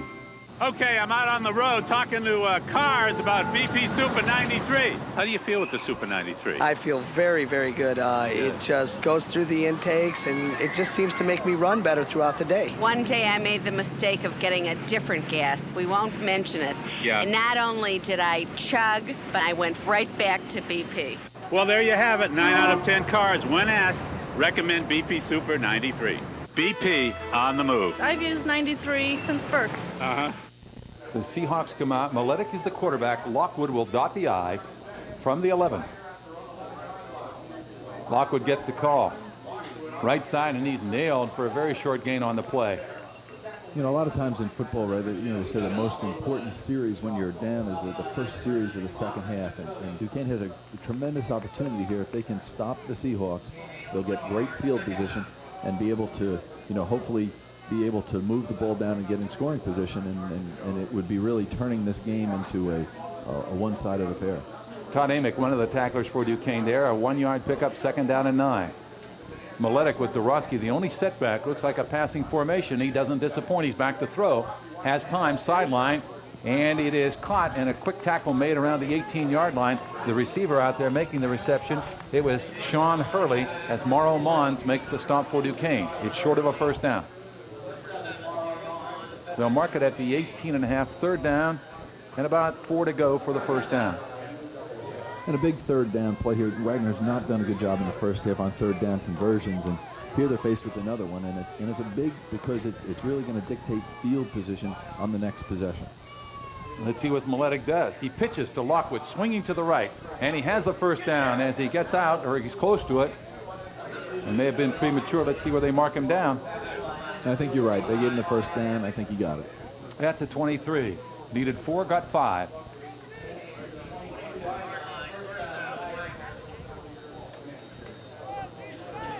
Miletic getting the play selection as it comes in with Rick Surreal, one of his running backs. It's at the 22, actually, just enough for the first down. The original line of scrimmage was the 11. Surreal will run from the tailback spot. Play action. Miletic getting heat. Throws incomplete. Good pressure by the Dukes there. Wojciechowski was one of the pressure people, and who was the other one? Rayo? Wojciechowski and Rayo putting good pressure on Miletic. Does a good job of getting the ball off, but can't complete the pass, so they'll bring up a 2nd down. Here's some halftime stats here. First down 10-7 in favor of the Dukes. Rushing yards, the Seahawks dominating there, but look at the passing yardage, Brian. The Dukes 13 for 21 there, and 224 yards. That's remarkable. I mean, Dave Loy has done an excellent job, as his receivers have done, and Duquesne has done a good job of preparing today to throw the ball against Wagner. And it is Lockwood rolling to his right, finding no running room at the sideline as the Dukes strung the play out, and he goes out of bounds around the 25-yard line. Don't forget the one pass by Nelson out of punt formation that kept that first drive alive for Duquesne. That's right. It's 19 yards there, so Loya didn't pass for all 232. Line of scrimmage, the 24-yard line. Pickup of only 1. It is 3rd down and 9 for the Seahawks. 13-10 to go in the 3rd. Duquesne leading 23-7 in this ECAC Division I AA Bowl at Arthur J. Rooney Field on the campus of Duquesne University in Pittsburgh. Out of the shotgun, Miletic. Wideouts both ways. 3-man pattern. Throws, overthrows, almost intercepted. And the top interceptor for the Dukes, Sepich, had that ball slide right through his hands. You know, he was right there, right? You know, he almost had too much time to think about it. He could see the ball coming right to you. So what's this? What's happening? And just couldn't hold on to it. He has 4 picks on the year, and he had his 5th one in his sights there. Frankie to punt to Rosado. Let's see if the Dukes put some pressure on. They blocked one in the first half. Here comes Wojciechowski, but he gets it away. Send over in and short. It's going to bounce around midfield and head out of bounds around the Duquesne 48-yard line. So the Dukes with terrific field position with 12:57 to go in the third and leading 23-7 over Wagner. And, you know, as I said, a big series for the Duquesne defense and the Wagner offense. I mean, Wagner had to put something together there. They have to get back on the board. And instead, Duquesne defense comes up with a big play and gets the ball here in great field position. Carmen Brasillo, the center, out over the football. And the quarterback is Loya. Green, the deep back, in that offset eye. And he gets the call, swinging to the right. Gets out to the 48, just back to the line of scrimmage. They're very tough against the run, as their stats showed at an end in the first half. It was the Duquesne passing game that did the damage, as Jeff Perlato and Bill Summers make the stop for the Seahawks. Ryan Linder, also the outside backer, they did a good job there. He sort of, Schwinner sort of stood him up, but Linder sort of stretched that play out so he can get some help. Good play by the Wagner defense. Schwinner, tight end left. Neely to the left flank. Rosado to the right, the split end. Passing situation, and Loya's back. Fires. Rosado has it at the 40. Spun down around the 34-yard line. First down for the Dukes in Seahawk territory as the tackle is made by Jeff Perlato.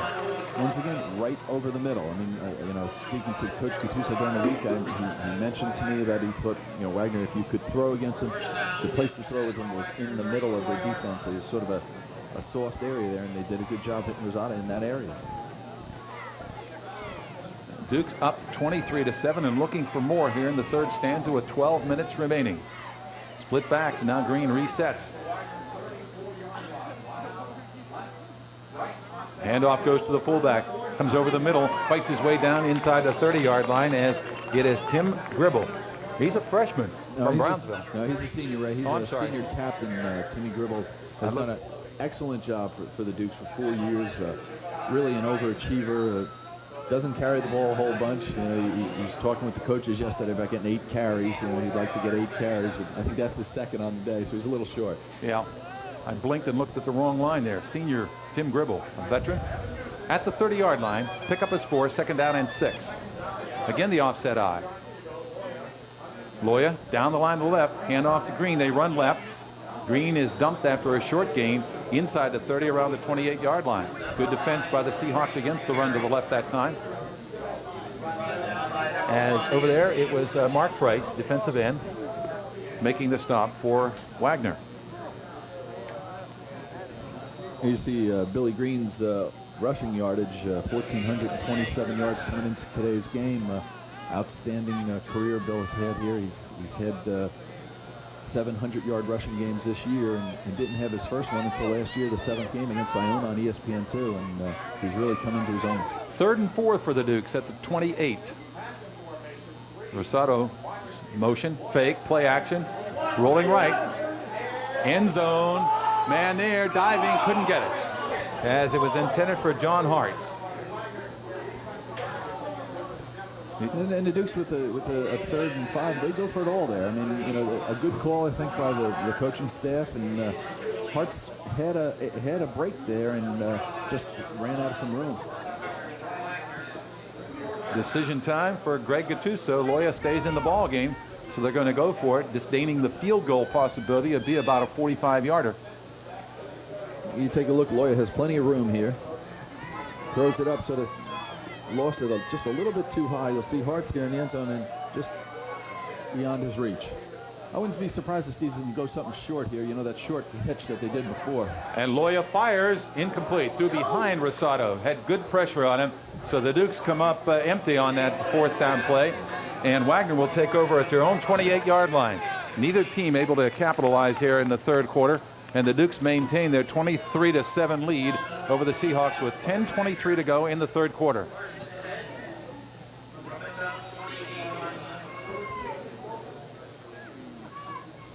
Jason Malek in to run the attack for the Seahawks. Keto Lockwood will dot the I. Dorosky the up back. And the pitch to Lockwood. Swings to the left and is met by the top tackler for the Deuce, Joe Neckerman, and he nails him for a loss on the play. Another one of the fine senior leaders of the Duquesne team. Ray's done a great job defensively throughout his career, and honored last week at Senior Day, but Joe Neckerman was right there and had an answer for that play. Came into the game with 91 tackles. You take a look, it's Neckerman and Lockwood one-on-one, and Neckerman wins that one. Line of scrimmage to 26, a loss of 2, 2nd and 12. Miletic will operate out of the shotgun with 3 wideouts. And Lockwood will probably come out of the backfield, although he stays back to block. Sideline complete to Daniel near the 30, slips 2 tacklers, slips a 3rd one, but he can't get by them all. And he is knocked down finally around the 33-yard line.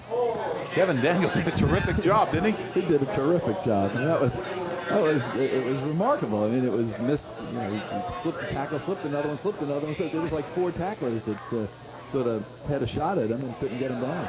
They always tell you to hit the guy low, and they were all headhunting here, as you'll get a look at it. 1, 2, you see Seppage, 3. you see Fisher, and you see Neckerman. And you said Nithman holding on. You got Seppage coming back. Coates. Nithman finally took him down. Yeah. 3rd down and 5 at the 33-yard line for the Seahawks. And again, Miletic out of the shotgun.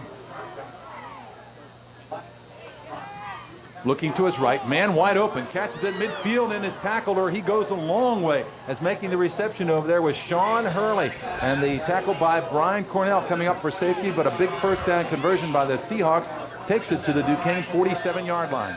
A nice throw by Miletic there. Good pattern run by Hurley. He sort of got into the seam in between the deep coverage and the shallow coverage. You see Miletic delivering the ball right in between the low coverage Mons and the up coverage Cornell. Cornell lucky to make that tackle. He goes a long way. So Miletic will stay in the shotgun. Why not? It's been working. His team is down 23-7. This time he hands off to Dorosky, who comes across the 45, 40, 35, and has a 1st down as he picks up 12 strong yards on the play. And coming up from the secondary, Brian Cornell from safety to make the stop. Dorosky does a nice job there. The offensive line does a nice job for the Seahawks, and I think a good call caught the Dukes a little bit by surprise. I think they were expecting pass, and they weren't really ready at the point of attack. Here comes Wagner. They're at the 34 of the Dukes. The Dukes led this ball game 13-0 at the end of 1. And then Wagner scored to make it to 13-7, but the Dukes got the last 10 points of the 2nd quarter to jump out to this 16-point lead. But it's far from over. Pitch back to Lockwood, reading his block. Cuts it and gets inside the 30, around the 29, picks up about 5 on the play. As defensively for the Dukes, one of the tacklers there is Mike Orsi. And also helping out, it is Amick. Todd Amick. Good job by the offensive line. Randy Marciano and Rick Grimaldi did a nice job leading the way for Lockwood there. They spotted at the 30 of the Dukes, so it's 2nd down and 6 for the Seahawks with 7:34 to go in the 3rd. 23-7 the tally. Out of the shotgun, Lockwood sets up in the slot to the left. Miletic has a man open to the right, and it is complete, and a good hit put on him at the 25-yard line as Mons takes down the receiver over there. It's Archie Dean, the receiver on the play, Ray. Just a short pattern. They gave him too much of a cushion. Be able to take a look at it. You see him, he just goes out and stops. He's got a little cushion there, and Mons closes, makes a good play, but they get about 8 on the pass, and it brings up a 3rd and 1, a big play here. This drive started at the Wagner 28-yard line. Look for Lockwood to get the call, and he does. He swings to the right, and he's nailed for a loss on the play. Good penetration by the Duquesne defense. As they were all in there, Neckerman, Wojciechowski, and also down on the bottom, Orsi. And I think the Dukes are ready for that play. Obviously, they picked it up in film during the week. That short yardage, they do a lot of sweeps, because that's the 2nd time Wagner's had 3rd and short and went to the sweep. We mentioned it before. You take a look at it, I mean, the defense is sliding that way. Line of scrimmage at 27. It's 4th and 3, and obviously the Seahawks are going to go for it. I mean, obviously that's been their bread and butter play for us all year, and you know, Coach Hamlin goes for it there, and good penetration by the Duquesne defense. I wouldn't be surprised to see him come back with it again. Fake, play action, Miletic looking, he'll run it, and he's going for the 1st down, and he ducks inside the 25, around the 23, appears to have it. Miletic on a roll right. Out of play action, takes it for what appears to be a 1st down. He almost lost his footing there too, Ray. He sort of slipped coming out of the backfield, as did Lockwood, but he did a good job of knowing where the sticks were and getting to him. they keep the drive alive, the Seahawks, and keep their hopes alive. They tally here, they're go for 2, they're right back in it. They're only down 16, and this is the third quarter, 5:59 to go. Lockwood in the slot. Dorosky the only setback. Miletic draw to Dorosky, and he gets a couple of tough yards, if that, as the Dukes were waiting for him. I think they were a little bit more prepared on that occasion. That they were looking not only, every other time they'd been in the shotgun, they've passed the ball. Now they're ready, that they know there's an option of a run there, and the Duquesne defense was ready for it. Mark Rayo in on the stop. It's a gain of 1, 2nd and 9. Look at the replay here, and you see Orsi right there doing a good job penetration and meeting the ball carrier. Gain of 1, 2nd and 9 at the 22 of Duquesne for the Seahawks. Slot left. Play action. Miletic with good time. Now he rolls to the right. Down the sideline he goes. Takes a hit from Neckerman and is spun down. Is that a flag down or not? Yes, there is a flag around the tackle at the 21-yard line.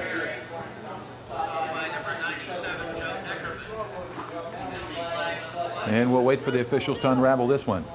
Yeah, I'm not sure. I didn't really have a good view of what went on. There was a lot of people, a lot of bodies over there, a lot of big bodies, and I don't know if there was a late hit or somebody pushing from behind or face mask. Face mask. I was afraid of that in that situation. Don Woodward, the official, indicating. And the walk-off will occur and hurt the Dukes as this moves the ball down to the 16-yard line. It's a 5-yard face mask. Repeat the down, so it'll be 2nd down. And about 3 to go for the first down. Ball closer to the 15.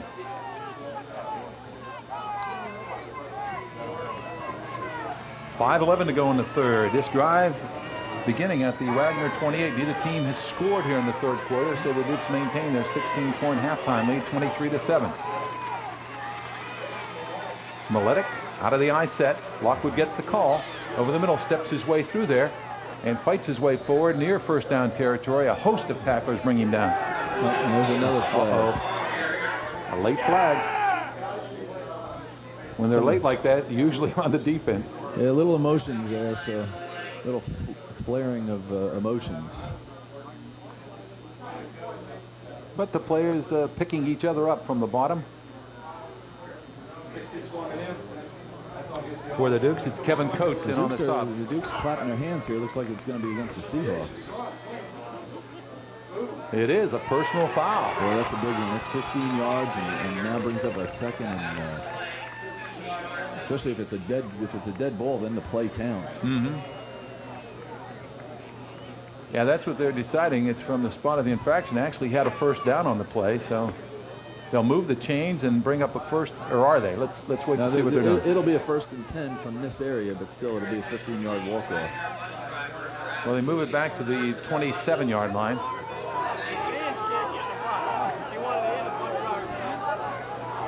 I think that's it. It'll be a 1st down. You see, in the old days, Ray, when I coached in the old days, it would have been 1st and 25. 1st and 25, and boy, that was a nightmare.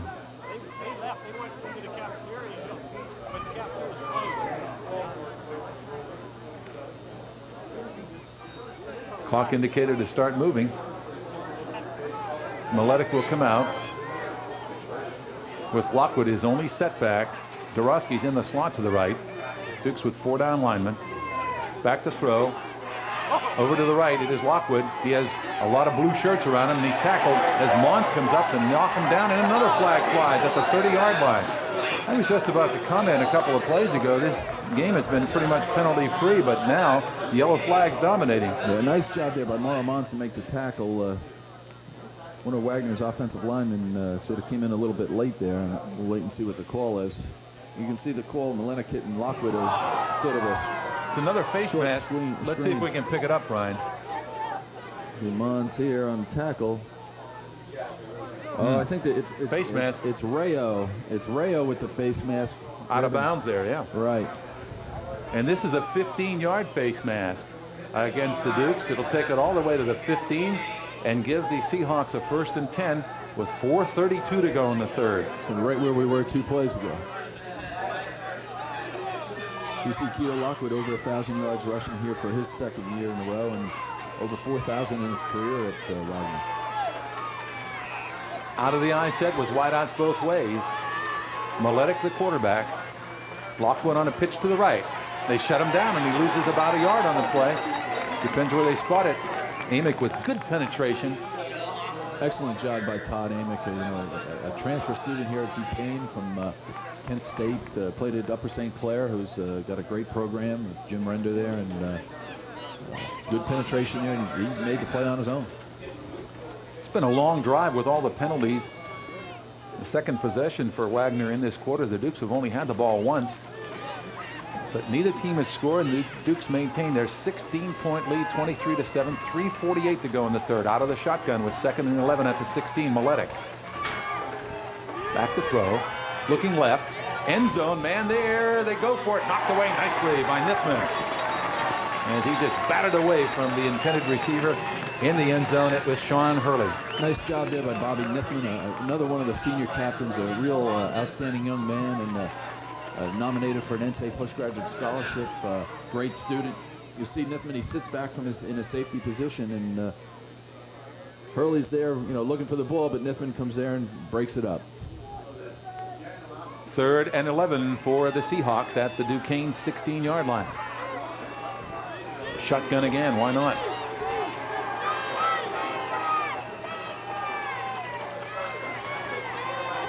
Maletic, sideline, and it is picked off beautifully.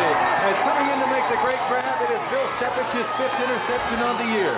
Closed on the ball tremendously. They just did a fantastic job. What a terrific play by Billy Sepich. Maletic just lofted it up a little too long, and Sepich did a great job of closing on the ball and making the catch. You see Maletic trying to throw the ball here. He's trying to go to Dean, number 17, and Sepich comes right in front of him, closes on the ball, just like he's coached. And that stops a big threat by the Seahawks. What a momentum turner that was. The Dukes with it at their own 9-yard line. Loya, the quarterback. And Green gets the call going left. Tough going, nailed right around the line of scrimmage.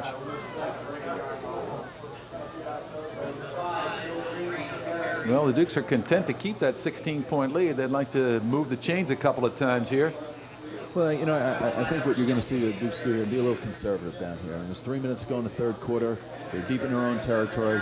I don't think they're going to try anything crazy. They don't want a quick score from Wagner. If Wagner's going to score them, they want him to drive. Anthony DiPolito is the tight end to the right. Jason Henney, the tight end to the left, who's really an offensive lineman, but. And Green gets the call again. Left side, tough yardage. May have gotten 2 out to the 10 that time. Very tough to run against this Seahawk ball club. As in on the bottom of the pile, Mark Price for Wagner. You're a little suspicious when the tight ends line up with the number 74. What you're going to do on that play. But Jason Henney's an outstanding lineman. Had an injury early in the years, come back from it, and has really contributed a lot to the success of the Duquesne offense. Joe Rosado back in there, one of the favorite targets of Loya. He and Neely are wide right. 3rd and a long 8 from the 10. Let's see if Loya puts it up. Sprints out to the right. He's going to pass. They're after him. He fires down the field, and it is caught beautifully in the open field by Neely. He has only open running room ahead of him. He'll go all the way for the score. It goes 90 yards for the touchdown. What a toss by the quarterback Loya, and a great grab by Neely, and he goes the distance, and the Dukes have literally put it away, even though we still have 2 minutes in the third, 29-7, leading over Wagner. Outstanding play both by Dave Loya and by Mark Neely. Just a great effort by Dave Loya to buy the time to be able to deliver the ball. You're going to be able to take a look at it right here, Ray. This is a keeper. Watch this. Here's Loya just getting away from grass. 2 defenders bearing down on him. Just throws it. Neely just be able to reverse his body, stay in bounds, and he's clear sailing from there. 90-yard touchdown play. Fantastic on both ends. How Neely in full stride threw that ball perfectly, Brian, and a great catch by Neely, or rather Loya throwing it to Neely, and how he didn't go out of bounds even. Fantastic. And Bergman to add the extra point. And it's on its way. And the Dukes have jumped out here with that 90-yard play to lead it now by 23 over Wagner, 30-7 with 2 minutes to go in the third quarter. That'll put Loya over 300 yards passing the ball, Ray, which I think the Duquesne school record's 314, and Loya had 23-11 against Gannon earlier in the year, so he's closing in on a Duquesne University school record. Boy, that's a replay you can show on ESPN. That was just absolutely fantastic. Well, Mark Neely, 2 weeks ago at St. John's had 8 catches for 225 yards. I mean, he had an outstanding game against St. John's, and many of the same things you're seeing today, you saw against St. John's 2 weeks ago. He's had an outstanding career, but he's had an outstanding year and made a lot of small plays into big ones. That has to be just about a backbreaker for Wagner now, Brian. They're down 23. I know you're an ex-coach and you still have a whole quarter to go, but they're a great comeback team, but that one really cripples them. Yeah, that really hurts. I mean, and really from the thing, it's 3rd and 10. You're on your own 9. You come up with a stop there. You get the ball back in Duquesne territory. You have good field position. Maybe you push one in. By the end of the 3rd quarter, it's 23-14. You're in the game. Your kids, that's a real backbreaker. The play of the game thus far. What a thrilling play. Loya to Neely, 90 yards for the score. And Bergman to boot it off. Cyril and Lockwood back to receive. Boy, he really gets into it. And Lockwood just watches it sail over his head into the end zone for the touchback. Special teams like that. There'll be 20-yard line for Wagner with 2 minutes to go in the 3rd. And the toes in full gear today, Ray. He's had a great day. He's been kicking for the Dukes for 4 years. He's done a great job. He's had his ups and his downs. Today's one of his major ups. He's all smiles as he comes to the sideline. Greg Gattuso greeted him. Sue Ryan, the director of sports information at Duquesne, speaks very highly of Chris Bergman, one of her favorite student athletes. But, she used to have a Chris Bergman update every week. He had made 27 straight extra points, and she sort of had his update of Chris Bergman every week in the game notes. Maletic has running room, 25, 30, and has a first down around the 31-yard line as he came out of the shotgun, and Joe Neckerman made the stop for the Dukes. And I think you're going to see Wagner. I mean, they have to throw the ball. I mean, it's come to. I mean, they can't sort of grind out. I mean, the best thing that can happen to Duquesne, and I'm sure Coach Gattuso, he'd love to see a 15-play, 7-minute drive. But I don't think Walt Hamline's going to cooperate on that one. I think you're going to see the Seahawks with a lot of sort of play action or short type of stuff and throwing the ball downfield. Tim Jacoby replaces Todd Amick in the lineup for the Dukes. Out of the shotgun again. Short pass. Lockwood catches it at the 33 and gets just a couple of yards as Sepich makes the stop around the 35-yard line. Pickup of 3. It'll be 2nd down and about 7. Clock ticking with 1:12 to go in the 3rd, and Duquesne with their biggest lead over Wagner, 30-7 in this ECAC Division I AA Bowl here at Arthur J. Rooney Field. Quick snap. Maletic, a lot of time. Now they're after him. He fires off the hands of Lockwood, who was covered closely by Sepich. Maletic very close to the line of scrimmage there, and just sort of delivered the ball right as he was coming towards the line of scrimmage. Almost was over the.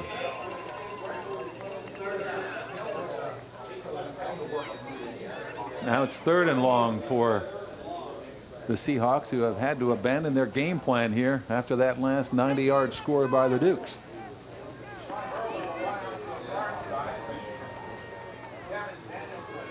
Three wide receivers, 2 to the right, 1 to the left, as Maletic out of the shotgun has time, fires right over the middle, and it's caught at the 44-yard line for a first down as Sean Hurley makes the reception in Duquesne territory for the Seahawks. Very nice catch by Sean Hurley. I mean, he does a nice job. Maletic throws it a little bit high. Hurley goes up, makes a reception for a first down and a nice gain. They move the chains, and the clock indicated to start moving. Final minute of the 3rd stanza. Take a look. Maletic back in the pocket, has plenty of time. Good protection by his offensive line. You'll see Hurley here right in the middle of once again in front of Cornell and over the linebackers. Out of the shotgun once again. They roll Dorosky to the right sideline. Maletic now being chased to the near sideline. And he'll run out of bounds, step out right around the 45-yard line as Sepich up from the secondary to chase him out. He lost about a half a yard or so on the play. Actually, a yard. They're going to mark it at the 46. Maletic, a transfer from the University of Cincinnati, played Division I-A ball at the University of Cincinnati, transferred to Wagner, and has done a real nice job leading this team this year. Jim Higgins in at tight end. Jim Bogacki goes out of there. Wide out to the right sideline is Archie Dean. To the left, it is Sean Hurley. Work out of the conventional snap, and the pitch comes to Casil over the left side, fights his way inside the 40 to the 39-yard line. Rick Cyril, I should say. Cyril carries, the freshman, and gets it on a good gainer to the 39 from the 46 of 7 yards, but it still brings up a 3rd and 5, and that could be the final play of the third quarter as the clock winds down.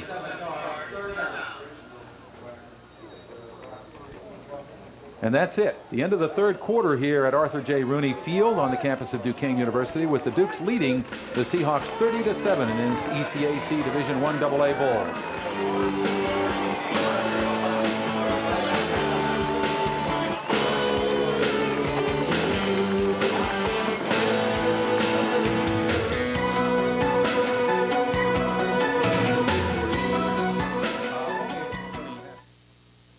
Their careers and their lives. It is so important for college students to be in touch with the real world, and Wagner is the only college anywhere that sits atop a hill overlooking Manhattan. It's the richest cultural center in the world, and it's the top of the professional ladder. At Wagner College, you're reminded every day that your highest aspirations truly are within reach. What's a girl got to do to get on one of these commercials? What would you do to be in a beer commercial? Everybody here is drinking our city. I can see that tonight. Yeah, I see the light.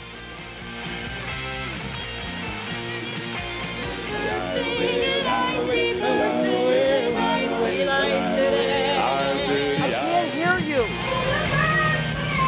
You can wake up like this, or you can wake up like a champ.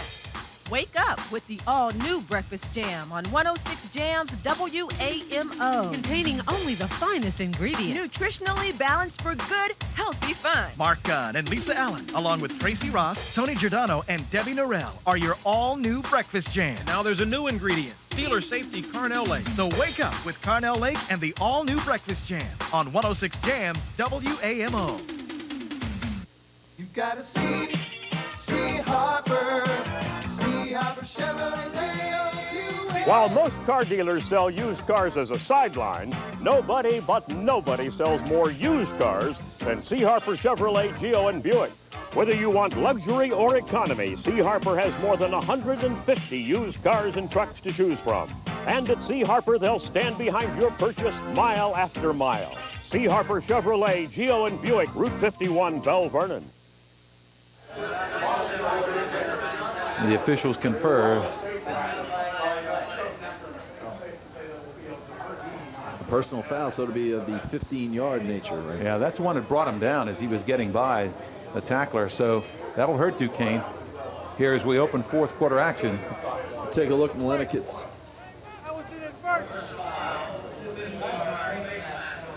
It's Kevin Daniel. Kevin Daniel over the middle is Neckerman with the play, and he does grab his face mask. So.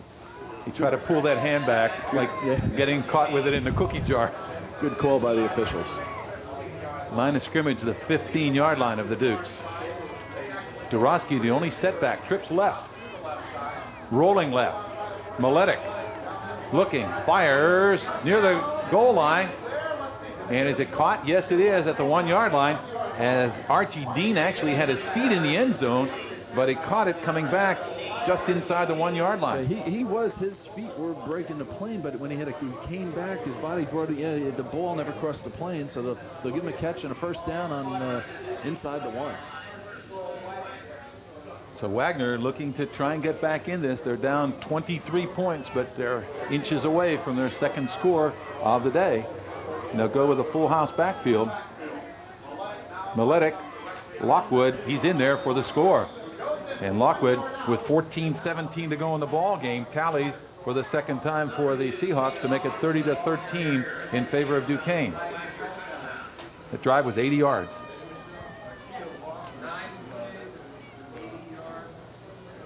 I thought the Seahawks would probably go for 2 here, but it looks like they're going to send Frankie in and go for 1.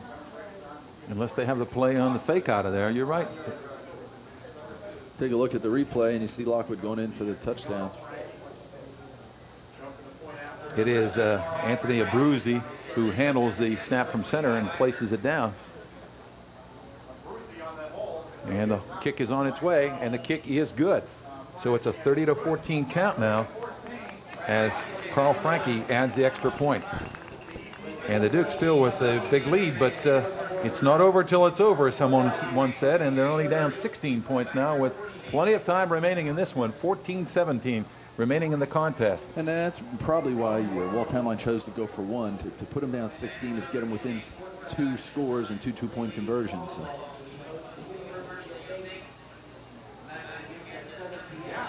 It'll be up to the Duquesne offense to, if not score, at least consume some time on the clock. Well, you're right, Ray. I mean, I think right now, you know, that there's 14 minutes, plenty of time left, and certainly games have turned around, but I think this is a real big possession. I mean, if nothing else, I think the Dukes have to take some time off the clock and make it a shorter game. Also, on the other hand, a big series for the Wagner defense. If they can go 3 and out, force a 3 and out and get good field position, you know, then you might have a ball game if they can score quick. And they've had some Houdini-like escapes to advance their record 8-1 and get to this bowl this year throughout the season, as Frankie will boot it off. End over end, headed down the near sideline. Taken at the 7-yard line by DeFazio as he comes up, gets to the 25-yard line in that vicinity. Nice job by Andy DeFazio. Does a good job, takes the ball, advances it to good field position, about a 20-yard return, and he's got a brilliant career ahead of him, Andy DeFazio, a freshman out of Plum High School here in Pittsburgh, has done an excellent job for the Dukes this year on special teams, backing up Billy Green, and also going to be playing outfield for the Dukes baseball team. Dave Loya to run the attack as Carmen Basillo, the center, out over the football. Offensive guards are Andy Crocker and Jim Codman. Little misdirection back to throw. Loya loops it out there, complete to his fullback coming out of the backfield out to the 38-yard line, is making the reception over the shoulder. Tim Gribble, the senior. And Dave Lloyd really displayed excellent touch on that pass. I mean, that pass could only be thrown a certain way, and you know, he's running to his, he's a right-handed, he's a replay, he's a right-handed quarterback going to his left, so it's tough to turn your body, as you see there, but he lofted the ball perfectly to Gribble, and ball goes to the 38-yard line. Out of the I set with Green dotting the I. He'll get the call, has a hole over the middle, but it closes quickly as he gets to the 40 defensively, making the stop. Kevin Moran, a linebacker, who fought off the block to hold it to a 2-yard gain, 2nd down and 8. You have to give the Duquesne offensive line a lot of credit today, Ray. They've done a great job. Andy Crocker, Carlos Rivera, Carmen Bertella, Jim Codman, and John Ficarella all have done an excellent job opening holes and protecting quarterback Dave Loya. Loya from the 40-yard line on 2nd and 8. Gribble, the fullback, gets it for about 3 yards to the 43-yard line, as defensively the stop is made by Ryan Linder for the Seahawks. After 3 quarters, Mark Neely, 4 receptions, 182 yards receiving the ball. Joe Rosado, 3 receptions for 44 yards. Todd Schwinner, 3 receptions, 66 yards. Loya, 14 of 24 for 308 yards going into the 4th quarter. It's a great day already. From the 43-yard line, 3rd and 5 for the Dukes. Split backs, passing situation, and Loya's back to throw. Gets a blitz. They're after him, and they've got him for the sack as they came with the backers, and it was Ryan Linder who will be credited with a sack. A big play by the Seahawks, forcing the Dukes to punt. And the first time they got to Loya, you know, as it may seem, I just credited the offensive line doing a great job this afternoon, and it's the first time they got to Loya, but you take a look at it here, and you see Wagner, they come right after him, and there's nothing he can do on that one. Punt formation for the Dukes. Bruce Nelson, who passed out of punt formation the first time, will not do it this time. They're after him, but he gets it away, and it's a beauty. And a fair catch last touch, and it's grabbed by Duquesne on a deflection and going in for the touchdown, but there are flags all over the place, as picking up the loose ball for the Dukes was Brian Cornell. That was a late half-hearted attempt at a fair catch, wasn't it, Brian? Either way, you have to give the receiver the option to catch the ball, and I think Maramon's interfered in that he was too close. He was within the. You're supposed to give the receiver a yard radius to catch the ball, and I think that's what they're talking about right here. Cornell ran in for the touchdown, but that's a call back. It was a late fair catch attempt. But regardless if it's a fair catch or not a fair catch, the receiver still has the right to catch the ball, and I think. But if he gives an illegal signal for a fair catch, that can be a penalty against them, and it could be offsetting perhaps. Right. But or if you give if you don't give a signal or you give a half-hearted signal and you run with it, that's a penalty. We have to give a clear signal, and it certainly didn't appear to be clear. Greg Gattuso arguing with the official on the sideline there, at least giving his opinion. But the walk-off occurs against the Dukes, so they definitely didn't give him a chance to make the catch at the 42-yard line. So Wagner puts it in play. Still backed by 16, 30-14, but a lot of time, 12:08 to go. The handoff comes to Dorosky out of the shotgun, and he gets about 5 to the 47-yard line. Lockwood with 20 carries so far this afternoon for 68 yards. Billy Green, 17 carries for only 24 yards. Not having a good day, but we said early on that Wagner is a great team against the rush, and the Dukes are going to have to throw the ball, and Loya's put up 308 so far. So Malenik, on the other hand, is 12 for 22 for 137 yards for the Seahawks. Second and a long 5 for Wagner out of the shotgun at their own 47-yard line. Good protection for Malenik. Right over the middle, the big tight end has it as he fights his way inside the 25 to the 22-yard line. Jim Bogacki, the 6'5", 260-pound senior, makes the reception and takes it all the way to the 22. And a really well-thrown ball there by Malenik. He had Bogacki over the middle, and he had to zip it in there, and he used it. He did a great job of. See Malenik, he's got great times. The offensive line's doing good protection. He's got Budansky there, and he does a good job of zipping it right there ahead of Neckerman, and Cornell comes in to make the play. Well, you don't want to meet him. It's like a runaway truck coming across. Pitch back goes to Lockwood, looking for running room. Flag down as he's nailed at the 21-yard line, as making the defensive tackle for the Dukes. It was Kevin Coates. The flag occurred before the tackle. Yeah, I think you're going to have a hold here. I think exactly. The hold's going to be called on number 70, Matt Runge. 11:05 to go in the contest. 30-14, Duquesne leading, but Wagner threatening again here. Trying to pull one of their Houdini acts, as they've been able to do that throughout the season to come up with that outstanding record of 8-1. Dukes are 9-1 coming in, the MAC champions. The holding call, though, goes against Wagner.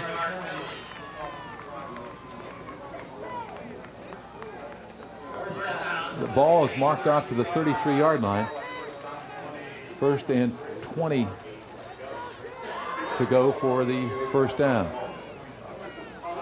They'll go out of the shotgun again. They have to go to the 13 of the Dukes. Everybody out. 5-man pattern. Malenik being chased by Wojciechowski. Throws on a comeback, and it's incomplete. In and out of the hands of the intended receiver. Sepich on the coverage against Kevin Daniel. Daniel did a good job of altering his route to come back to help Malenik out when Malenik's scrambling, and Malenik tries to deliver the ball. Daniel just can't handle it. See Malenik here, he's back in the pocket. He has some time. Scrambles to his left, and he'll look for Daniels here, and Daniels does a good job altering his pattern to try to come back, but just can't make the catch. Good play by Duquesne defender Bill Sepich. Talking about escapes, the Seahawks beat Stony Brook 28-27. They beat St. Peter's 28-24. They beat Monmouth 21-20. They beat San Diego 20-17. Those are some escapes. Over the middle, late out of the backfield, Lockwood has a 25 down inside the 20-yard line. A good gainer, but short of a first down, as making the tackle defensively for Duquesne. It was Matt Fisher. They'll mark him at the 19. 6 yards to go for the first down, third down. And you know that the thought process here, Walt Hamline's thinking we're in 4-down territory. We're not looking for field goals. We're looking for touchdowns. So this isn't a 3rd and 6. It's a 3rd and a 4th down and 6. I have 2 plays to get 6. Trips to the right. Cyril is in there as a wideout. Good block on the corner. Malenik has all kind of room. He throws end zone, incomplete. I mean, he could have run for a first down easily. He could have ran inside the 10-yard line. He had plenty of room, and I think he looked like he had a defender open in the end. I mean, a receiver open in the end zone. But we'll take a look at it. You can see that Amick is taken out, and there's nobody there. I mean, there's nobody there. There's no defenders there, and he throws into an end zone, and there's good coverage here by Nithman. Absolutely. Nithman knocked it away from the receiver Daniel. So now it's 4th and 6. Big play for both ball clubs. Still 9:56 to go. The Dukes leading 30-14. The Seahawks have to get to the 13-yard line. 5 receivers out over the middle. Big tight end has it. He's down to about the 2 or 1 yard line. As Bogacki at 6'5", an imposing target, and he put it right on the money. It's 1st and goal at the 2 for the Seahawks. Lennox starting to get a little hot here too, Ray. I mean, he's really delivering the ball well and sort of spreading it out. Goes to Daniels, take a look here, and hits his tight end right over the middle, right in front of Neckerman. Cornell comes in to make the tackle, and Seahawks in business here. 1st and goal on the 1. Out of the eye set. Lockwood dots the eye. They'll pitch it to him. He sweeps to the left. He has running room, and he's in for the score. Lockwood tallies, and look out. Wagner back in this one with 9:29 to go. Now trailing 30-20 on the 2-yard official run for Keto Lockwood. There's an injury in the end zone here, Ray. I think it's Lockwood down, but he looks to be okay. He's getting up. Here's the toss to Lockwood. You see him get into breaks Nithman's tackle, and is in the end zone for the touchdown. Now you think they're going for 2, don't you, Brian? Well, 1 would get him within 9, Ray. I mean, it would, if you want to be within a 9 where a touchdown and a field goal would win it. Now they're going to go for 2. They got their offensive set in there. 2, they go for 2 here. A touchdown and a 2-point conversion ties it. Right. So. And this game is being played under NCAA championship rules that if it's tied, it would go into overtime. Back to throw. They're after Miletic. He incomplete as it's knocked away. The ball is loose. As the play was made by the Dukes, Mark Rayo. He foiled that one, and the Dukes maintain an important 10-point lead, which is a 2-score lead with 9:29 to go, leading Wagner 30-20.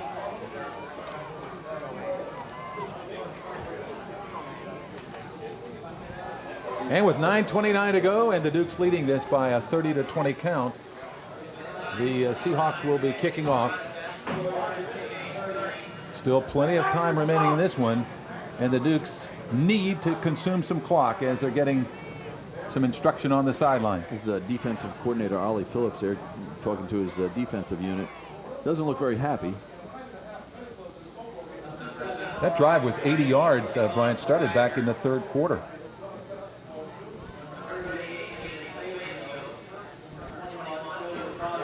Booting it off, it'll be Carl Franke. And this is when your Duquesne fans keep looking at that scoreboard clock and can't go fast enough. Yeah, you know, I said it earlier. You know, as we start the 4th quarter, one thing you want the Duquesne offense has to do is consume some time, take some time, make it a shorter game. Rosado at the 11, running diagonally, gets a break at the 35-40. Foot race to the near sideline, 45-50. He can motor down the sideline. He goes finally out of bounds. A great return by Rosado to the 31-yard line, that vicinity. He can fly, Rosado.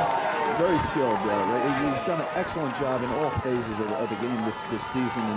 And we can take a look at it here, but he's got good blocking right at the point of when he gets the ball, and he breaks sort of at the 20-yard line. He breaks into the open. Here you see him taking the right on the 10.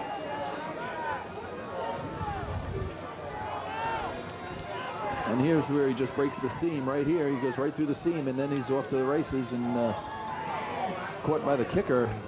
Frankie does a good job. He takes a good angle and sort of catches up to him and saves the touchdown for the Seahawks.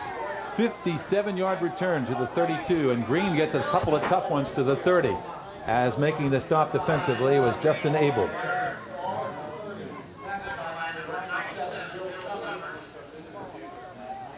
We wind it down. 9 minutes to go in the ball game. Duquesne leading 30-20 over Wagner, but the Seahawks coming back here in the 4th stanza.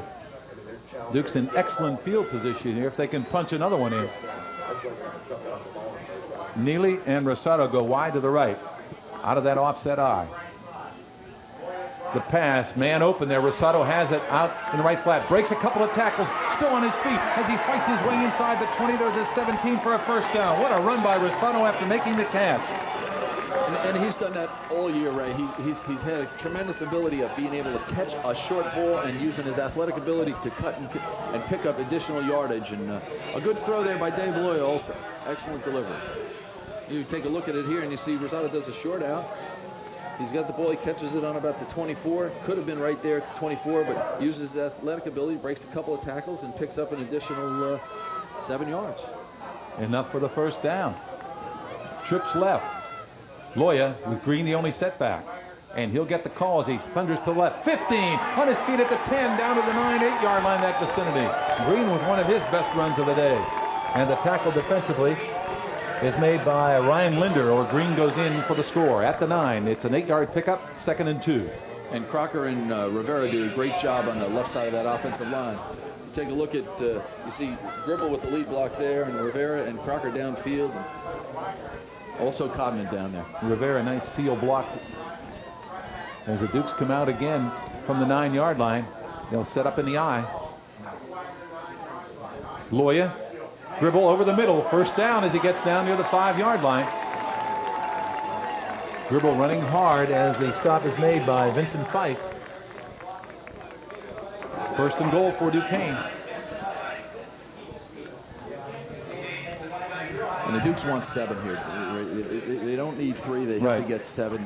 7 puts it at 17 and makes it 2 scores. Or 3, it needs 3 scores.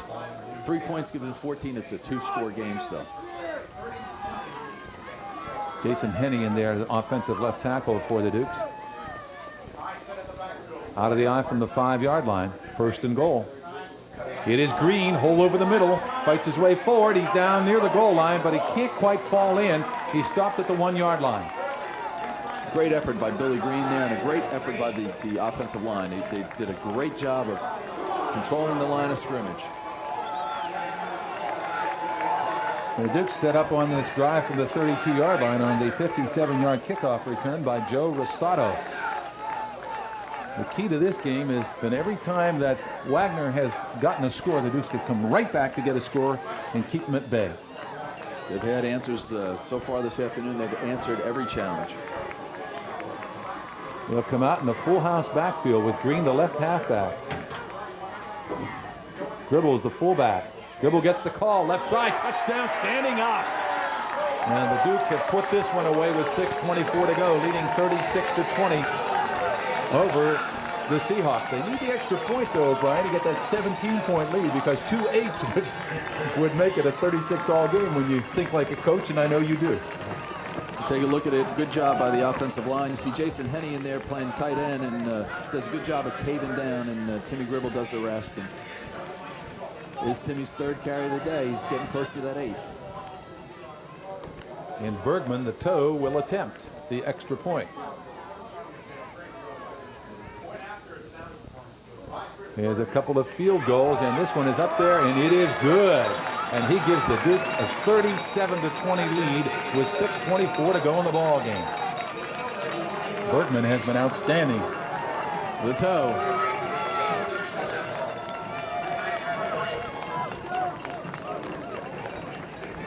The Dukes lead it 37-20 over Wagner with 6:24 to go in the ball game in this ECAC Division I AA Bowl in Pittsburgh.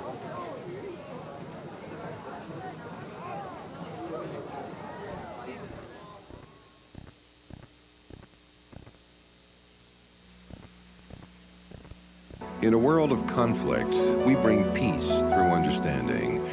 In a world of economic distress, we bring prosperity through learning. In a world of ignorance, we bring knowledge through advanced technology and brilliant teachers. In a world of despair, we bring hope to thousands. In this complex world, the solution is education for the mind, the heart, and the soul. Duquesne University. Caught at the sideline, but stepping out of bounds is Droski, and a little bit of contact as he went out of bounds. Yeah, Matt Fisher real close to getting a personal foul there, but I think it looked a little bit He held up worse than it. Yeah, it looked like he was going to try to drill him out of bounds, and he held up and made a good decision. The line of scrimmage is still the 13-yard line, so no gain on that pass out to Dorosky on the left flat. The out-of-bounds play does stop the clock. 5:52 to go. And Duquesne leading 37-20 over Wagner.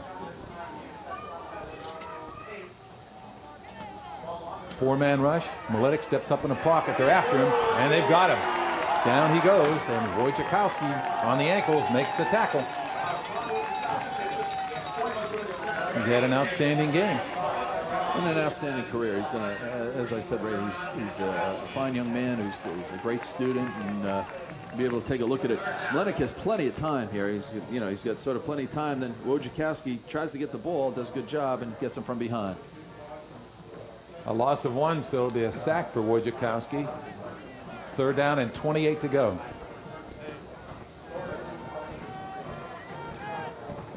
And this time Miletic will go under center on the snap. Rolls to his right. They're after him. Throws deep down the middle into coverage, and it's almost intercepted. Nithman had it and dropped it as Lockwood made contact with him.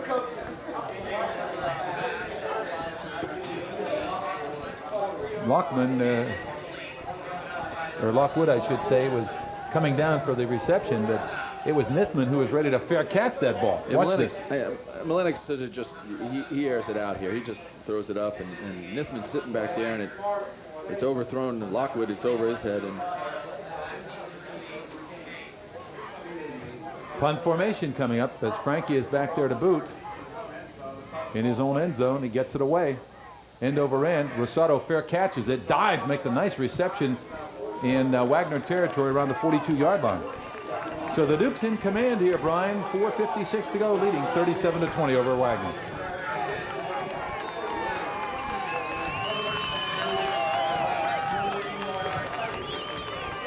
Dave Loya remains in at quarterback. What an outstanding effort by the Dukes of Greg Gattuso. Trips to the right, but I don't know that Loya will be passing much here. Takes the snap. Green gets the call. Cuts to his left. Goes to the corner at the 40. Running room at the 35. Bulldozes his way down to the 30-yard line. He's starting to pick up some yardage here late in the ball game. You know, if you notice, Ray, the last 4 plays of the last series and the first play of this series were all to the left side. You know, and that's it's been their bread and butter all year. They've been very successful going left, and you have to give a lot of credit to, as I said, the offensive line and Carlos Rivera, Andy Crocker, and Jim Codman, Ficarello, and I know I'm forgetting somebody. Bursillo, Carmen Bursillo. At the 30-yard line, 1st and 10 to go for the Dukes. Trips right, but if you're the Seahawks, you got to kind of figure number 5 is going to get the ball.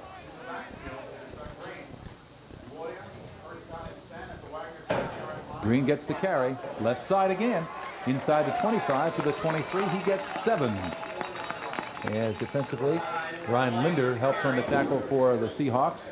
The Dukes keep the clock running. 4:10 to go in the contest, leading 37-20. Nice job there by tight end Anthony DiPolito. He did a good job of opening a crease there for Green, and Green takes advantage of it and picks up 7.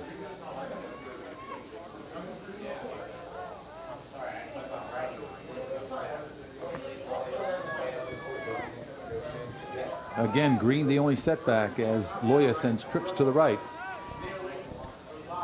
But he's been running left out of this formation.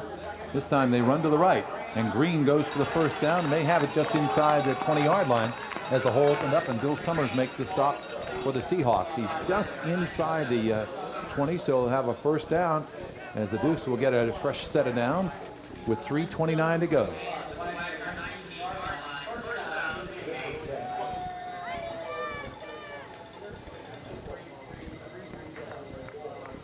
I'm sure you're going to see Dave Loya using a lot of that 25-second clock, getting up to the line of scrimmage and letting the clock tick down. And they put trips to the left this time. Play clock is down to 9. Neely comes in motion across the play flow. Green again. Hole left side. Inside the 15 down around the 14-yard line. Perhaps a little bit of the fight has been taken out of the Seahawks at this point. Well, this is you're on the road, and it's been a cold afternoon, and the breaks just didn't go the Seahawks' way. I mean, every time it seemed like they were going to come back, Duquesne had an answer, and it's tough right now for these kids to be out there playing and knowing that it's hey, there's nothing we can do right now. It's sort of out of our control. 2nd down and 5 for the Dukes at the 15-yard line of the Seahawks. Trips left again. Green the only setback. Gribble comes in motion. Green again goes to the outside. 15, 10, 5, touchdown. Bill Green goes 15 yards for the score, and with 2:21 to go, Duquesne leads it 43-20 over the Seahawks. Great job by Billy Green. Great job by the offensive line, and Timmy Gribble leading them, and just a great overall effort there.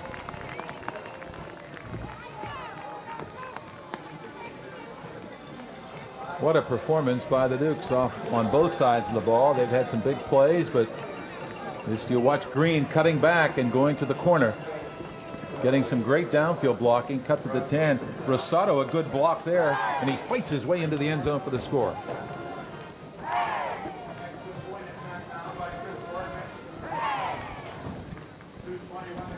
Bergman for the extra point, and he's been flawless, and he boots it through there, and the Dukes lead it 44-20 over this Wagner Seahawk ball club, as the Duquesne cheerleaders, they're cold, but they're happy.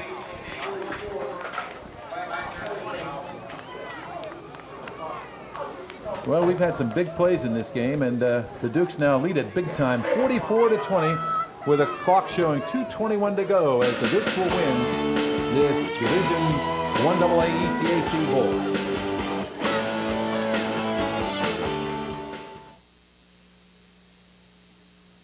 In a world of conflict, we bring peace through understanding. In a world of economic distress, we bring prosperity through learning. In a world of ignorance, we bring knowledge through advanced technology and brilliant teachers. In a world of despair, we bring hope to thousands. In this complex world, the solution is education for the mind, the heart, and the soul. Duquesne University.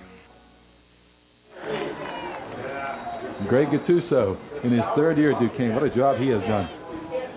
Done an excellent job, Ray. And he's done it sort of the right way. There was sort of a plan put in place, and he's executed it perfectly. Miletic remains in at quarterback, and he's back to toss. Out to the left, complete to Dorosky, and he slips down at the 42. I think that about capsulizes the frustration of Wagner. It's just been Duquesne's day. I still never forget that 90-yard pass. I think that was the backbreaker in this game. Oh, that absolutely. I mean, that was just that one of those plays that really turned the whole tide of the game. And just when it was starting to turn towards Wagner's favor and Wagner had the momentum, that sort of broke their backs. Gain is only one. The pass complete to the 45, 50, and the hit put on Kevin Daniel as he gets to the Duquesne 48-yard line. 1st and 10 to go for the Seahawks, but we're down to 1:36 to go in the contest. And all Wagner can hope to do is score and try to make it a little closer. There's Miletic here, and Daniel just goes out and does a short stop and does a good job after catching ball, beats Mons there, and Christian Kesey comes in, makes the tackle. This pass to the left, complete and out of bounds around the 42-yard line is the receiver, Archie Dean. So they stop the clock with 1:25 to go.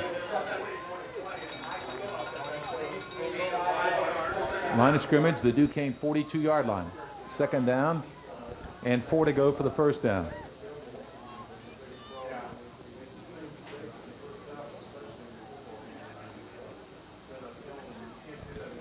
Miletic will come out of the shotgun again with twins left and they're wide out to the right side.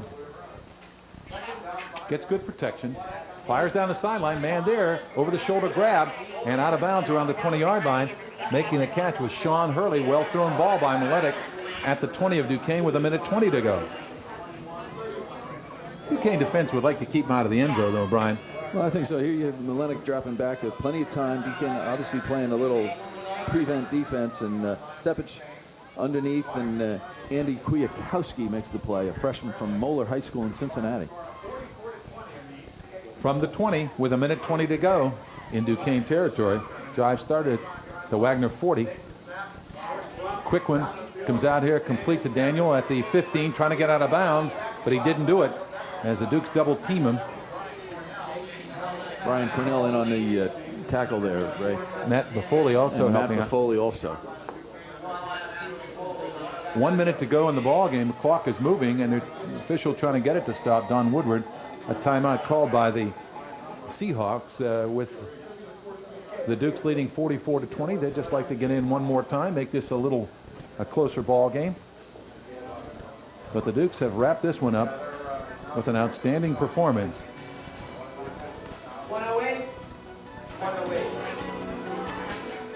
Duquesne led 13-0 at the end of one, 23-7 at the end of two. 1 minute to go in the ball game, and the Dukes lead it 44-20 over the Seahawks as you look at the city of Pittsburgh.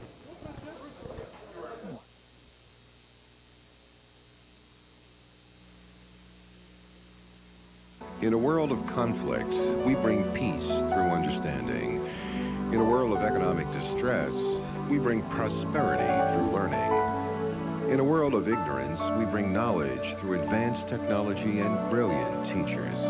In a world of despair, we bring hope to thousands. In this complex world, the solution is education for the mind, the heart, and the soul. Duquesne University.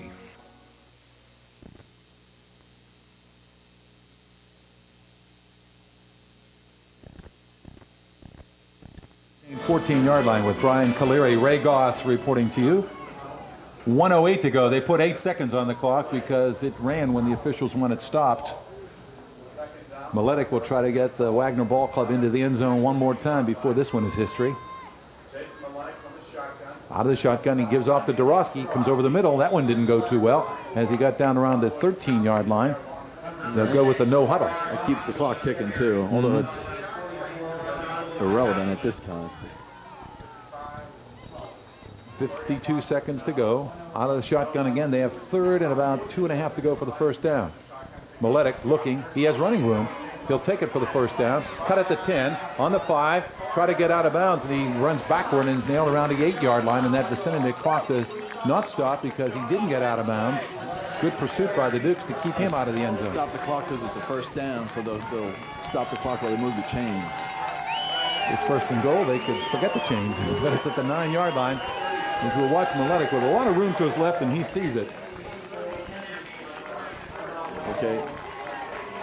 See Miletic here. He's trying to get in the end zone, and then he's also saying, wait, maybe I ought to stop the clock. He tries to get out of bounds, doesn't get out of bounds, gets the first down. Wagner's called a timeout. Sepich and Neckerman chased him down with 38 ticks left, and the Dukes leading 44-20.